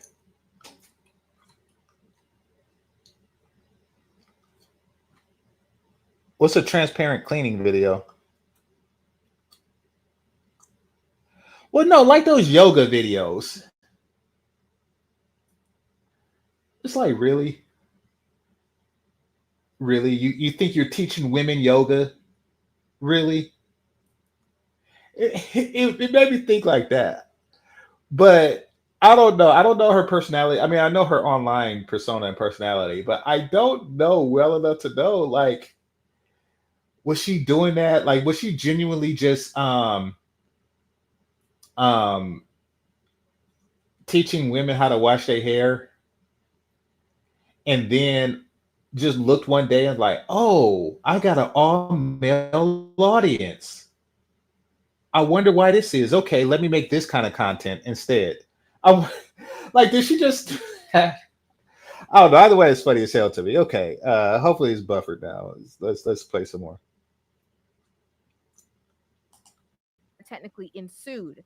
So I don't know if that's the person they're talking about. I don't. Somebody said the headlights were headlighting. She has a nice frame. She has a nice, petite, with the small pokies going on. So my compliments. They're talking about some other people that I've maybe, seen that, go hard on women and tell them about themselves. I don't know. But again, him propositioning the conversation to her like that, already knowing that she might be opposed. Somebody said, was breastfeeding videos genuine? What the hell? Listen. There's nothing sexual about that. If so, you are you're more of a freak than I am, and that's saying a lot. In fact, there are women who do that. So there are a lot of dudes out there that just want to see milk come out of titties. Well, I got to tell you, as a guy that's been milked twice, I ain't one of them. That's some nasty shit. I was nasty. I felt nasty myself when I drank it. And actually, because I was very young the first time, I think that was the worst day of my life.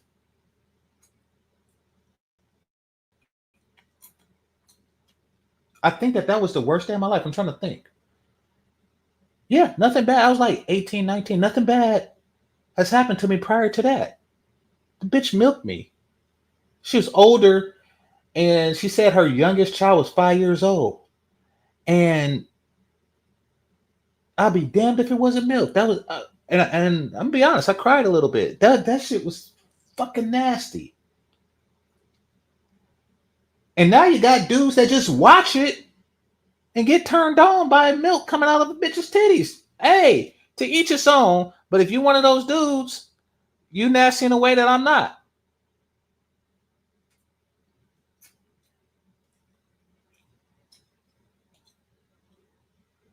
Somebody said something I want to respond to. Somebody said something about small poke. Okay, so small pokies is exactly as it's described. They're small, but they poke out. They're perky. They're perky. What they lack in volume, they make up for in perkiness. It's not like it's an extraordinary lapse in value, but if I had to guess, she's probably like a perky bee. They're pokey.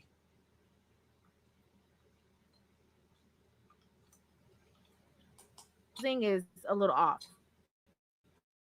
So that's why I asked that question. He starts to laugh and he's like, no, he's not gay. It's just that he likes to watch this video at all. I had no idea who she's gonna say. And it's so funny because I had a very different creator in mind. Like, the more that this conversation keeps continuing, I had a very different person I was thinking of. I know that Kevin Samuels is the biggest with that kind of platform that brought women on, but under the guise of bringing women on and having a disagreement with them and wanting to debate. That's not what I would think of when I think of Kevin Samuels content. I was genuinely thinking somewhere completely different.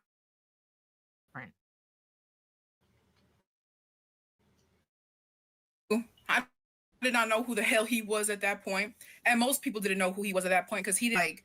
I look at my ex at one point. I'm just like, can you take him off my TV, please? So my Yeah, she don't like that shit.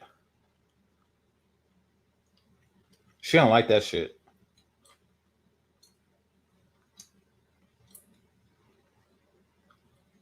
Man, why would she? I mean, because okay. The word of the day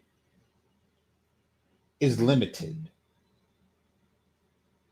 Shout out to Danny Glover. Because I was very young, but the first time I heard that word was through him. She young and limited. Now, what does limited means? It means that you don't have much exposure to the world. Many men, black men, don't have much exposure to the world. So they're easily taken advantage of. You know, like that guy who just get off the bus from, I don't know, some rural area, you know, in Alabama, and he lands in New York City, and then he gets taken advantage of by those 3-card Monte people. He's limited. He's not used to that particular hustle. He's limited, which makes him vulnerable to certain deceptions that less limited people are. Black men are limited. The only thing they know about the world is what their mama shows them. And the stuff that happens between this block and that block. That's it. That's all they know. There are far less limited people in the world now, and that's due to the internet. They are getting exposure, digital exposure, yes, but exposure nonetheless. And Kevin Samuels is a part of that exposure. So when she's seen that, like, oh, you know, you're understanding a world and a mentality outside of the carefully crafted one that the sisterhood has laid out for you.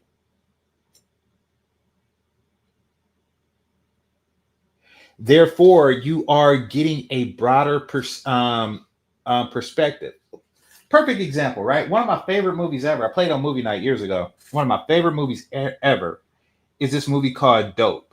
It's made by the same makers of the people that made The Wood.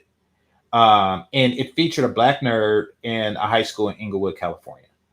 And he was Harvard bound, and he was attracted to this woman in the neighborhood, and she was played by Zoe Kravitz, who then was more attractive than she is now, but still an attractive woman. And that was his crush. She was older. He was a senior in high school. And so meaning that he was probably like 17, 18, but likely 18, meaning he was legal. He was into her, and she was into A$AP Rocky's character because they have history and they were closer in age. She was working on her GED while he was Harvard bound, meaning that he can help her with her math, even though she's older. Now, she was leading him on so he could be her math tutor, but she wasn't really interested in him. And I was saying on movie night that she was right to not be interested in him. She was right to not be interested in him.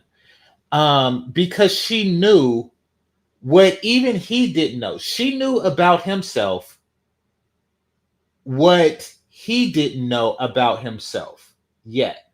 And that's because she sees his future even though he don't see his future yet because he's young. And the truth of the matter is, she knows that she is the hottest thing on the block. She is the hottest thing on the block. Everything changes when he goes to Harvard.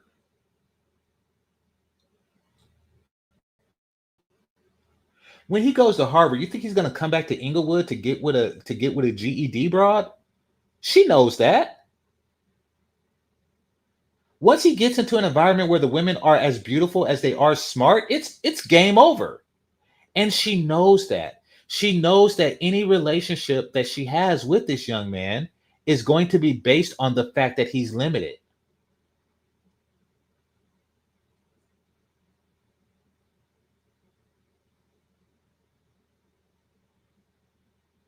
So she's like, listen, I'm going to get with somebody who is going to stay on the block. And that was A$AP Rocky's character.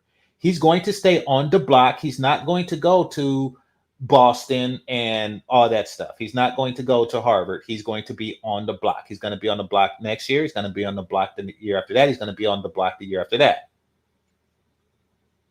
To him, I will always be the most beautiful woman in the world because his world consists of this block. So she knew that. Now, to bring it back to this fat chick. This fat chick found herself an A$AP Rocky style limited dude. Now, the problem is that Kevin Samuels is giving him a Harvard level education, and she don't like that.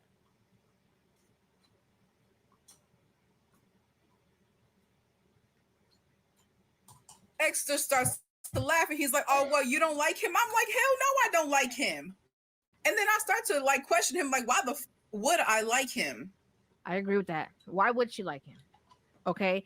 When he played the Miss Shirley sound, and this is no disrespect. This is no disrespect. I'm just saying, based off of my observation, when he starts playing the all you have to do is wish upon a star. Makes no difference who you are. You can get into that bikini. Yes, that two-piece. Not a Popeyes two-piece, but that navel ring. Big Shirley, there's hope for you. When he talked about being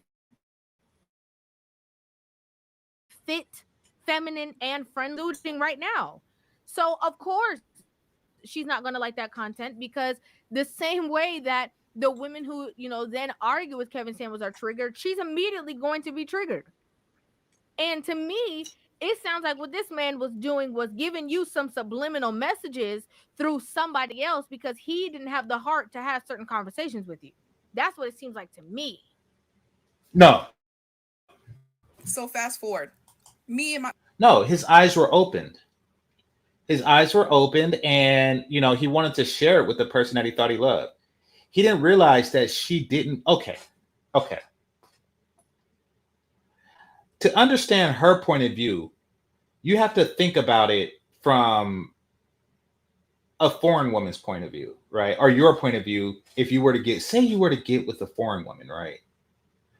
She's from a province in China. She's from like a rural rice farm in China, and you get with her and she's beautiful and she treats you like a king. And, you leave her at home one day and then she said, oh, daddy, there's a great show that I'm watching. I want you to watch it with me. Like, oh, really? What show is that? Oprah. You're like, wait, what? See, from your point of view, she's getting negative information. There's this woman online that I want you to see. Really, what's her name? Shira7.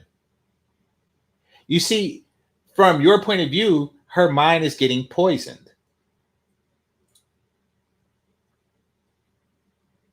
So that is why she was really concerned with this whole Kevin Samuels character.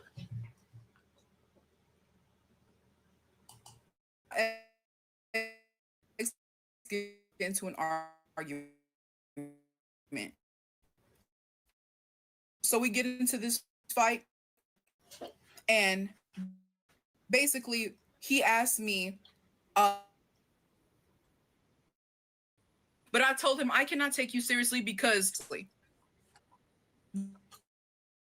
this motherfucker gonna say. And see, that's the problem. Kevin Samuels taught men to appraise themselves and appraise the women that they're with, and then reevaluate their relationship. Now, that's what he did, and he's reevaluating his relationship. So she had to remind him of his appraisal, and that is a person that's not paying any of the bills, et cetera, et cetera, et cetera. And granted, he probably has to step it up, but look at his situation. You're going to get worse. He's going to get better. So long term, he's like, yeah, this week I'm mopping floors. Next week is the fries. But one day my value will exceed yours tremendously because you're fat now. You're going to be fatter next year. And you're going to be fatter the year after that, and older and uglier. So by the time I'm district manager, I'm going to be a district manager with a chick that looked like you, but worse.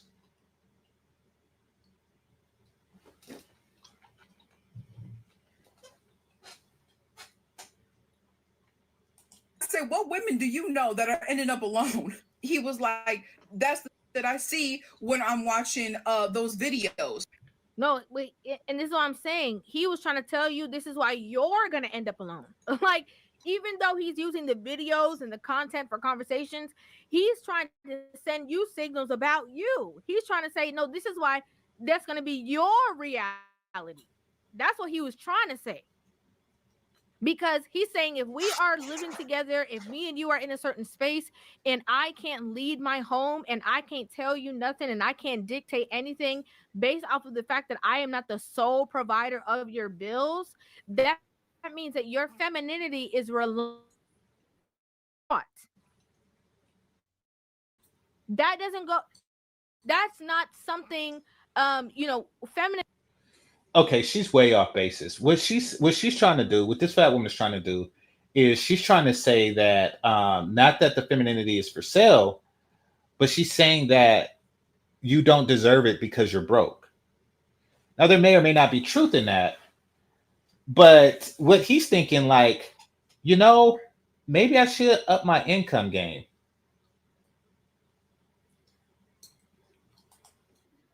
And women who grow up and they are just feminine in nature, they don't turn it on that you can't Bum, you hear that, right? and tap into, or you can't tap into based on the way that somebody else is reacting to you or doing stuff for you. It is in true fact that if you are only exuding performative femininity, performative submission, that over time,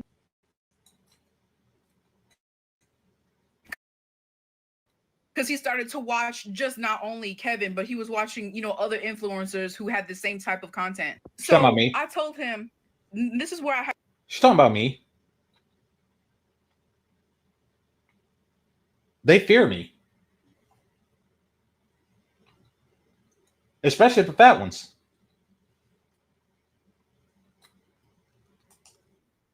To break it down for him a little bit. I had to hurt his feelings. I didn't really want to do it, but I'm just like, you getting out of hand. Like, you really getting out of line. I was like, I don't know why someone like you is watching content from people like them. You the same lifestyle as them. You have the resources they have, and you don't have the platform they have. So why the fuck is someone like you being influenced by someone By that like logic, women shouldn't have been watching Oprah.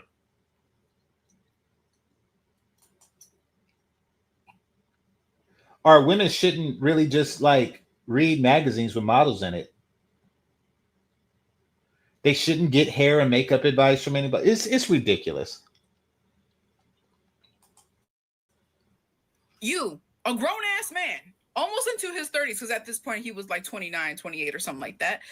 Almost into his 30s, you're listening to another grown man. You don't have your own ideology set. You don't have your own morals and values to follow. You're letting somebody else that don't even know that you exist influence you. Okay, stick a pin. Hold on now, because I do have something I'm going to say about what she said, but this is very hypocritical because I can guarantee. You see how she's trying to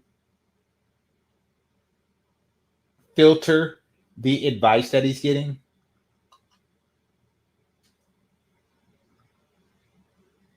He's trying to filter male leadership. That's what they do. They're isolating black men. I could tell he's black.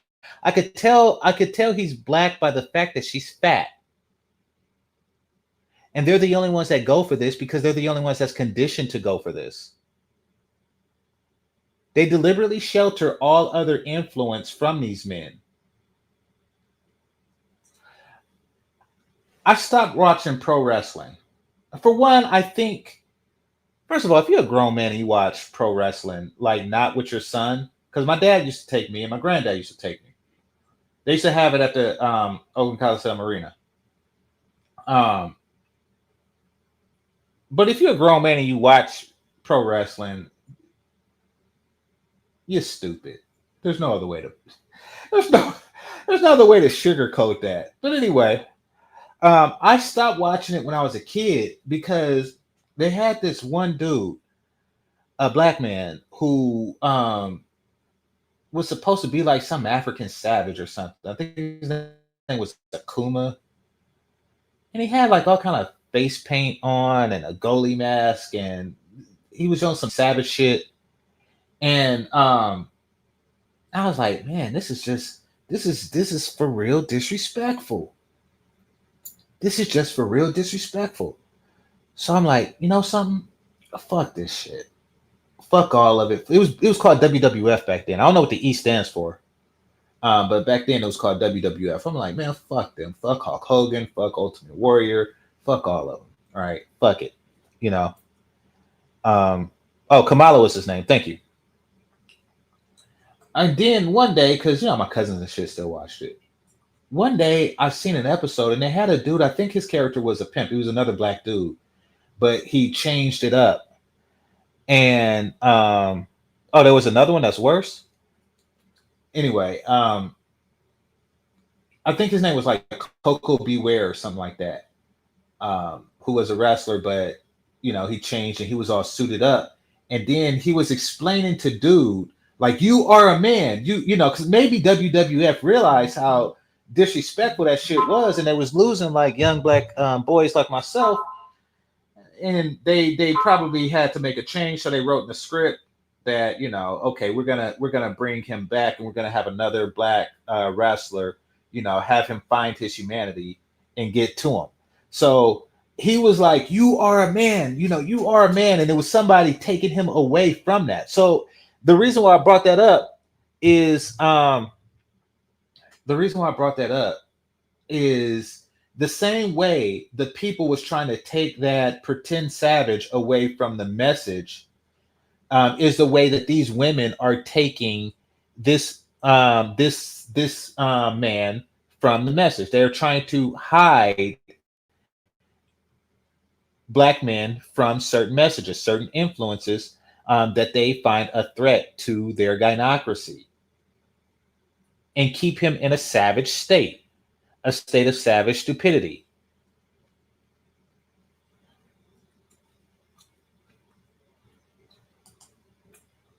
Somebody said WWE been racist. Well, I stopped watching. I stopped watching when it was WWF. I don't doubt that, it's weird. It's weird. I mean, Bad News Brown and Junkyard Dog, I didn't mind. Actually, I liked them. But when they came with that, I was like, oh, this is some bullshit. So I was like, fuck it. That the makeup that you're wearing is because you saw somebody else wearing similar makeup. I can guarantee that the hairstyle that you have is because you saw some other women that don't know you wearing a certain hairstyle. Women are the most who are easily influenced. That's why women are the biggest consumers, because of things like influence. Whether it be social media influence, whether it be commercials,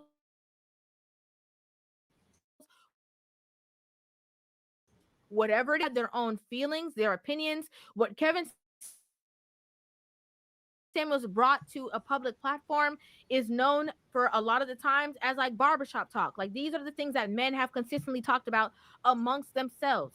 And there's other men who were not privy to certain levels of conversation, and based on their backgrounds, based on the way that they were raised or whatever, and they thought that they just had to deal with whatever women present to them. And so wanting to change your mind 3 years into a relationship and realizing that a lot of the struggles that he's talking about with these women on the platform are the same struggles that I'm having, and I want to see if she's going to be self-reflective after listening to it. Again, I believe his approach was completely wrong. But in the same breath, I've had even women come to my DM, from watching my platform. And they say, I saw my husband watching your platform, and at first I was really upset about it and I didn't agree with it. But after listening to your conversations, I began to be introspective of myself. And once I did look into myself, I realized that, you know what, I have some stuff within me that I can work on the better. Maybe that's what he thought was going to happen.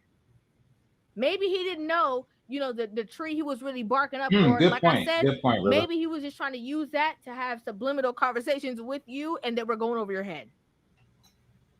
And you're a grown-ass man. You try to say you're a grown-ass man. That's crazy. I didn't understand that.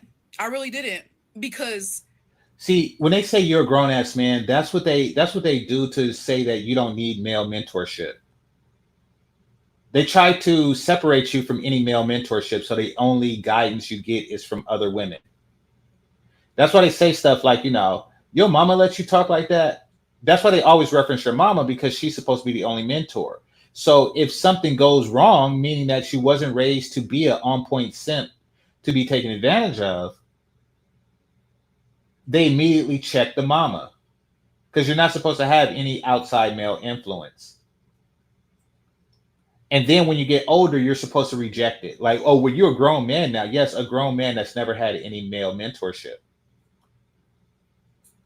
So when this godfather comes and, he steers him into a proper direction, and by proper direction, I mean a direction that benefits him, because there's no benefit in living off a fat bitch and sucking a pussy of a fat bitch. There's no benefit of that.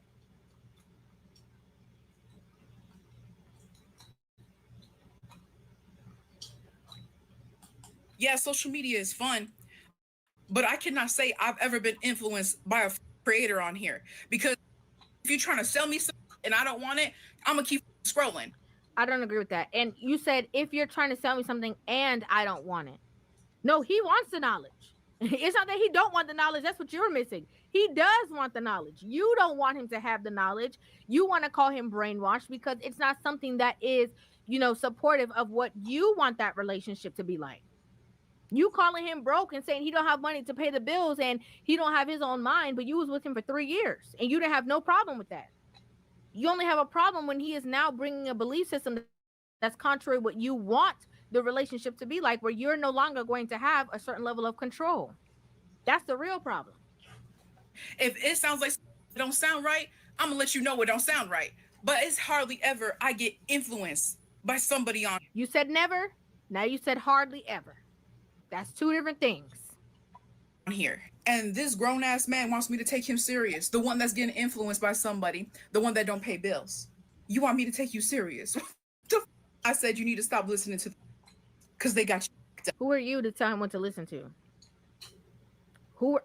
Listen, I'm not even going to. They really are. Okay, so full disclosure. As y'all know, I'm a crazy motherfucker. And I do weird shit. Because I like doing weird shit. And it was worse when I was younger. So back in the day, there was a HBO series or show or special, documentary special, that's what it's called. There were two of them, at least two that I can remember. One was called Pimps Up, Hoes Down. And the other was called American Pimp. I don't know which one it was, but one of them said that if a bitch look you in the eye, you own her. And I was like, oh shit, is that right? If a hoe look at you in the eyes, you own her? So of course what I did, because I like fucking with people, and is I had my friend drive me. He has like an old school and I'll say old school, this is from the 70s. And it was his dad's. He had a Cadillac Brougham. And I sat in the passenger side and I stuck my head out the window and I bulged my eyes. I bulged my eyes out and I was staring bitches down as he was slowly driving past the host row. Because I like fucking with people. Just to see what they would do. And you know something? These bitches refuse to look me in my eyes. So fast forward years later, and the same mentality now is making sense, because those pimps, they had these strict rules to keep other influence out of their bitches so they can maintain control over them. Shout out to them for doing that. They're like, listen, I don't want any potential outside influencer, i.e. other pimps, et cetera, et cetera, et cetera, to get into the mind that I control. So they, that's what they did. They have these blockers. They put a series of blockers in place to reduce the possibility of outside influence. Now, modern pimps don't really have a counter to the internet, which is why, I don't know if it's dead now, but it seems like the industry is dying. That and, large police sentences. But nevertheless, that was part of the control tactic. And that's the same tactic that this fat bitch is using on her dude. Block all outside influence. Don't look another man in the eye. I'm not even gonna say what I was gonna say, but who are you to tell him what he can and can't listen to? This grown man. Who are you? And now you got me up. He just shut the up. He didn't say nothing else. He didn't say shit after that. And I was like, you know what? I'm gonna talk to you when I get home. And I hung up, and that was the end of that conversation. I should have known that that was gonna be a problem. Okay. Another thing, if you have a boyfriend that has, and this is not all of them, this was just the one that I had, and there are many others that are like him. Okay, so please don't get this confused. Do not run with it. Okay. Sometimes men, where they have an absence of a father in their life, if he sees a man talking about things that other men respond well to, then he will also try to adopt their ideas, adopt that behavior. That's called male leadership and mentorship. Yeah. This River is hit not the nail on a the head with strange that. phenomenon. You didn't just discover something. Like this is not a weird thing. Like if he doesn't have uncles or brothers or whatever, and again, it is not only that he's probably talking about these things with them because he's trying to jump on the train. Sometimes that might be true. A lot of times it's because they have this thought process and now I have somebody who's exposing the real problems that I'm already having in my relationship, and they're hitting the nail on the head. Like that's what it seems like to me. It's not some strange thing that's going on.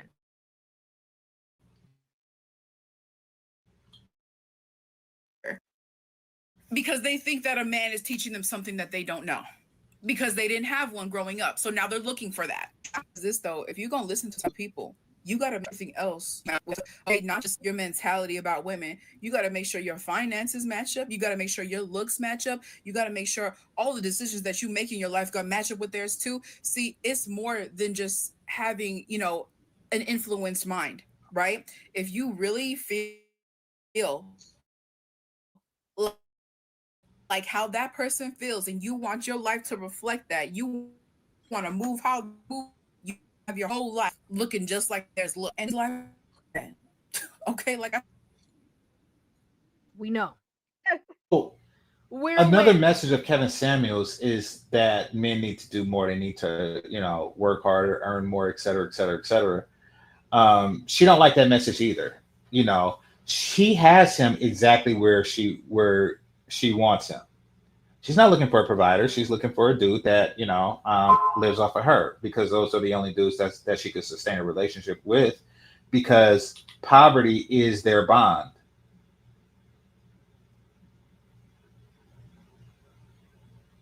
So she's going to do what she can to make sure that he's impoverished as well as limited.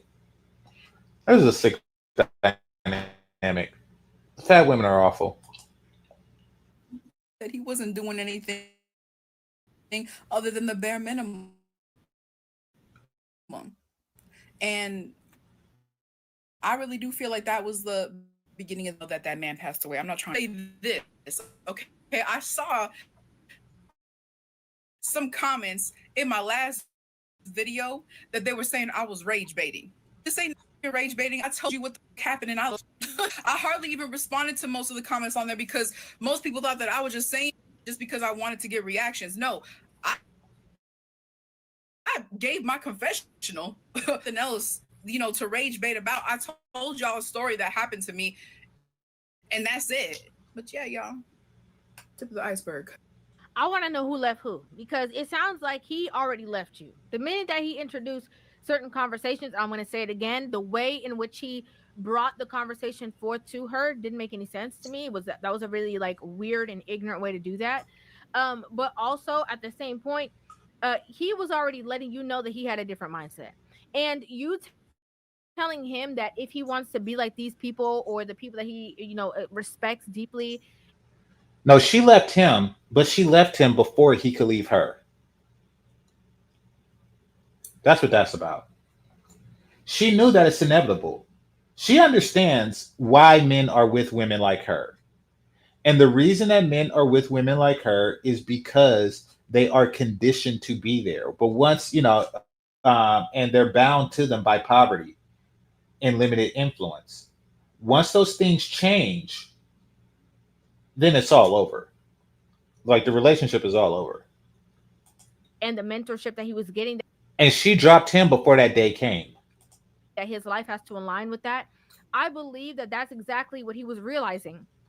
I believe he was realizing that his life does not align with, the fit, feminine, and friendly. His life does not align with him being the leader of the household. His life doesn't align with having a woman that submits to him. And so he tested some of those things when he asked you a question, and your response was, you don't pay no bills, so you can't tell me what to do. And so in turn, he was like, okay, yeah, I'm starting to really learn that I'm having the same struggles that he talks about, right? And a lot of women don't take the time to know or don't realize that Kevin Samuels was worse on men than he is to women. He was telling men about themselves for a long time. It only just caused a lot more controversy when he started to talk to women about themselves, because that's something that's unheard of, especially in the era that we're in. How dare you hold women accountable? How dare you not look at women as these, pleasant gifts that can do no wrong? How dare you literally expose them to themselves and to other people? And so, again, I think that maybe that relationship ended for the better for the both of you. Okay? For him to, go off and find somebody that properly aligns with what he's wanting for his life. But, here it goes. We all get the gist of it now. Here you have an unattractive woman. Basically, this man is in a bad deal. And he don't want her to be in a bad deal. Or she don't want him to realize that he's in a bad deal. And unfortunately, see, it's harder to hustle people nowadays. Perfect example, right? When I was young, fresh out of high school, looking for a summer job outside of Burger King, I'm like, man, I'm going to get me one of these office jobs, right? Because I did an internship, got a little bit of experience, and I'm like, okay, I'm about to get me an office job. And back in the day, we read in the newspaper job postings. No, actually, it happened twice, but I'm going to tell you the second story that it happened because that one was more interesting.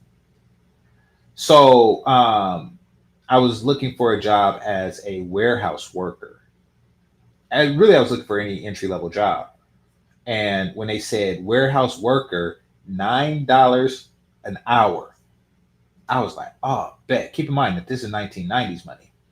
So minimum wage was $4.25 at that point. So I was like, oh, okay, bet.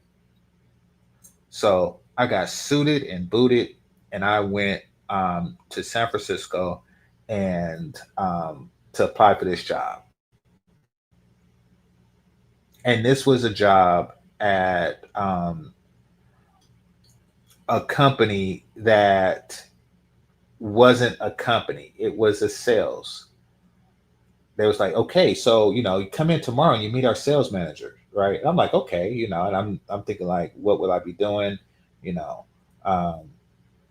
but, you know, it has a fancy title. So I go back, and it was a light-skinned dude. He was maybe like, he was in his early 20s, so he's a little bit older than me. And it was a brother who was older than me, but maybe like by a year or so, right? And then we took the BART back to Oakland, right? So I'm thinking like, man, I'm paying money because, you know, I didn't have any money. I'm paying money to go to San Francisco and back. And he's like, no, don't worry. You know, we're gonna. I lived in Oakland at the time, by the way. He's like, don't worry, we're gonna make this back. And he was lugging around some boxes. And I'm like, okay, you know, it did say warehouse work, so, you know, maybe these boxes have something to do with it. And then this nigga opens up the box and pulls out some walkie-talkies, some kid walkie-talkies. And he went all through Chinatown in Oakland trying to sell these walkie-talkies, and that was the job. Now, they knew that if they told me or if they put in the paper on the first day, like, listen, you're going to be walking through Chinatown trying to sell walkie-talkies to adults. And I was looking like, is this serious? Are they serious? I even entertained it for an hour, right? So I'm like, let me see where this is going. Maybe they sell, right? This man goes into Chinaman's shop, and he's like, and they seen him coming. They would say stuff like, Mr. Hustleman, what do you have today, Mr. Hustleman? It was like that, like all throughout Chinatown. He was known as the nigga that went store to store trying to sell him shit. And then he had like one sale the whole hour, and he really had to work it. Like, he opened up one of them, and then because they asked him like, what's the range on it? And then he's like, look, go down the street. And then so I'm talking to him on the walkie-talkie, and we're like 50 feet away. And, you know, it didn't work, so I had to step closer and closer. It had like a small range on it on top of everything else. Like, kids couldn't really just play with it unless they're in the house with it. So I'm like, this is some bullshit. And that was like the one sale he got. I'm like, listen, I'm better off at Burger King. I don't have to go back. You know, you lost money because you spent more money on BART than you made selling this damn walkie-talkie in an hour. So I'm a bounce. I would just go back home from Chinatown, and that'll be the end of that, right? And so that was the end of that story for me, right? However, years later, my younger cousin was staying with me, and he was looking for work. So, you know, and he's not originally from Cali. I'm not going to say where he's from, but he's not originally from Cali. But nevertheless, he stayed out here, and he was looking for work for a bit. And this time, he came across the same hustle. It was a warehouse job. And then I told him the story. I was like, you know something, this is kind of suspicious. I told him the story just like I told y'all. But this time we had Google. Type the name of the company in. Everything about this was before Glassdoor, but it was still Google. Everything about the company came up. People complaining this is a scam. You're gonna be out on the street trying to sell knives or some shit like that. You're gonna be selling vacuum cleaners. It's not what it says it is. It was clear. He didn't have to waste time. He didn't have to do anything.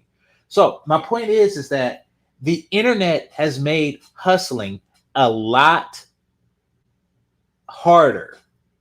A lot harder. It is a lot harder for people and institutions to hustle people now.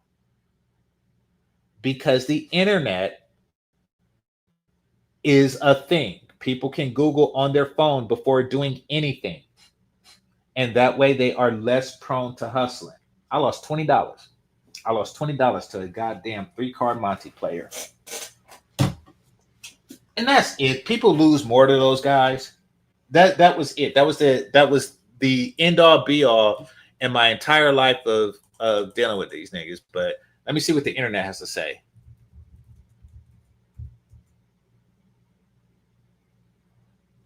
Three-card Monte.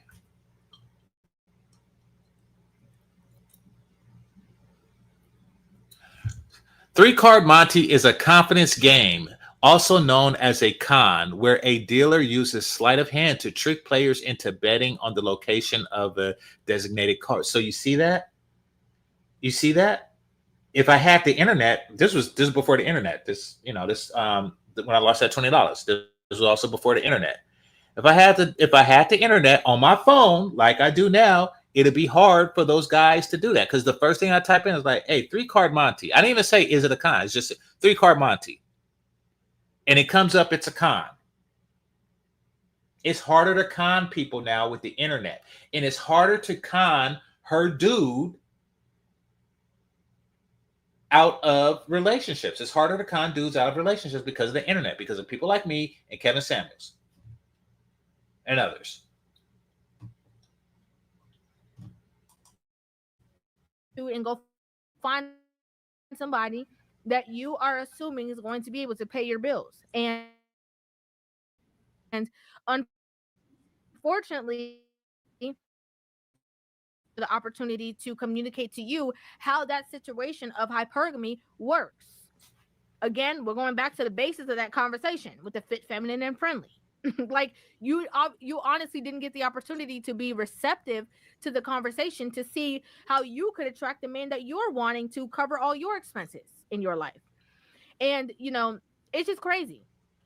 Again, I authentically watched this with you guys. I had no idea that she was even going to be talking about him. I really thought she was talking about somebody else. And it's interesting to me as a woman to see other women's interpretation of his conversations. It's so funny to me. But as always, shout out to the late but great Kevin Samuels. I have nothing but love and respect for that man. I always have. And I support what he was doing in your personal relationships. But what he stood for on his platform and the conversations that he had, I agree with. Majority of the thing. Okay. So shout out to River TV. I'm going to end it there. And I just want to say this. Bad actors thrive off of isolation and ignorance. I'm going to repeat that. Bad actors thrive off of isolation and ignorance. They need it.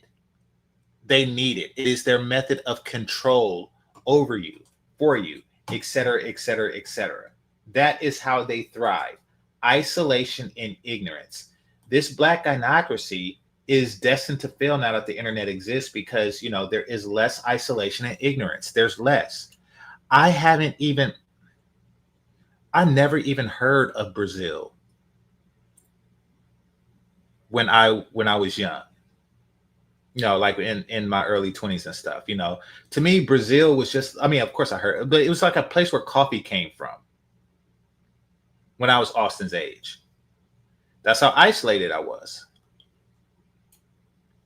I mean, it is what it is. The internet, the thought of passport broing and stuff like that, and men en masse going to like exotic paradises to find better relationship lives, that is a byproduct of the internet. The notion would take forever, to get out, because without the internet, you would have to hear about it like through a barbershop or through, like circles of friends and stuff like that.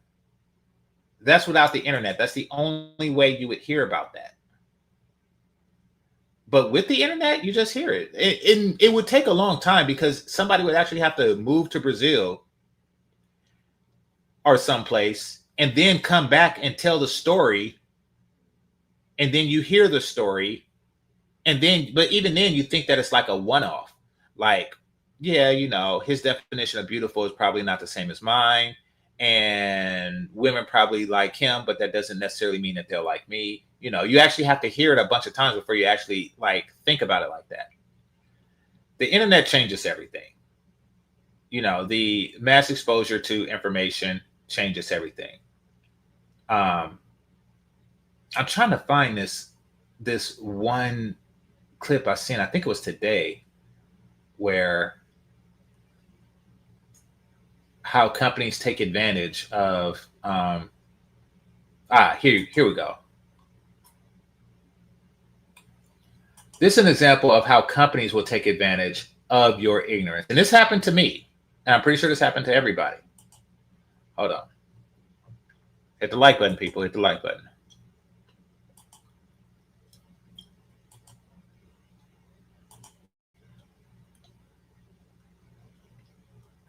And the cold part is that they know.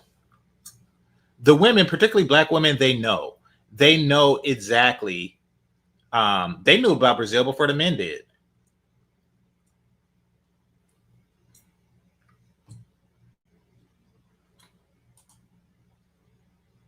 Hey, Alex, how much are you getting paid? I thought we signed a paper saying we couldn't talk about our salary with coworkers. They only do that so they can get away with pay discrepancies. So we can't talk about it? Yeah, it would be illegal for them to fire us for talking about pay. I'm asking because they tend to pay new hires more than they pay tenured employees. Whoa, we're not talking about pay, are we? What if we are? It's just frowned upon. Huh, so the paper we signed is unenforceable. I make $24 an hour. What about you? $22 an hour, and I've been here 3 years. I'll go ahead and update your pay plan now. You're at $24 an hour now. I should be getting paid more than a new hire, not the same. Nothing against you, Alex. You probably do more than me anyways. I just organize files. Yeah, that's one of my tasks too. No, I mean, that's my only task. You've been paying a new hire more money to do less work? That's kind of messed up, Jason. I'll change Alex to $22 an hour. I'm out. Wait, I'll give you $24.25, but that's it. Both of you guys are getting paid more than anybody else here, so don't discuss pay with anybody. That's nice. Being loyal to a company means nothing. That's one of the reasons I left my old company. The best raise is a new job. Yeah, I think it's time for me to leave too. But first, guess how much new hires getting paid, y'all?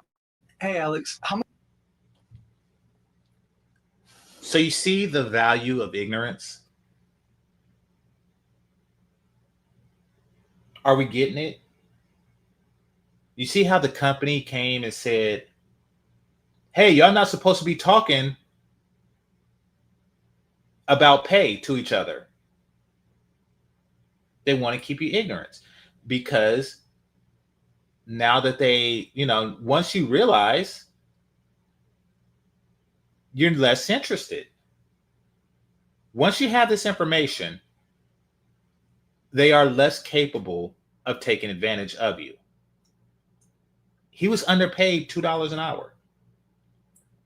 And, he's been working there for a while. Hold on, watch. I'm going to play it again.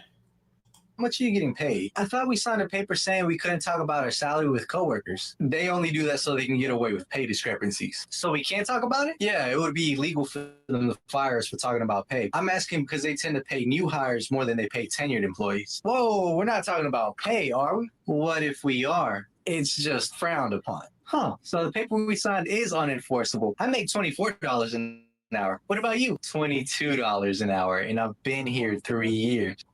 Okay. So how much is he down? Because he didn't have that information years ago. How much is he down? $2 an hour is about $5,000 a year. He's down $15,000 because he didn't have that one key piece of information, because the company kept him from that one key piece of information.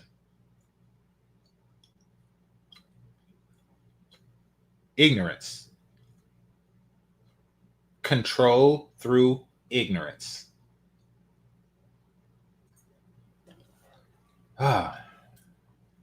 Like I say, it happened to me. It happened to me, but it happened to someone else to a far greater degree. We all started in the same training class. The lowest paid person got $12 an hour. The highest paid person got $19 an hour. Now, though the higher paid person was more experienced, he wasn't more experienced in that particular job field. So let's just say you made $40 an hour as a person who worked in construction, but then you hurt yourself and now you have to take a desk job. Now, what they're looking at is he made $40 an hour, so the best I can do is 19. They're not looking at how that, how is his construction skills going to help in this office job. Now, the girl who made less, she made $10 an hour delivering pizzas. So they like, okay, we're going to take that 10 and we're going to give you an extra $2. And she's like, oh, that's great. But if she ever asked, she's going to realize that she was being shorted $7 an hour. And that is a lot of money. That's around $15,000 a year. That's over $1,000 a month, meaning that, she can have like an extra 2 bedrooms in her apartment for that.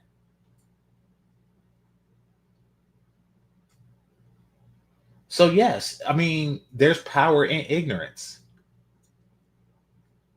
Anyway, like to thank the Cash Apps and Super Chats, managers and moderators, those who are listening silently, and those who participate in the chat. Make sure you hit that like button on your way out. And if you're new here, hit that subscribe button.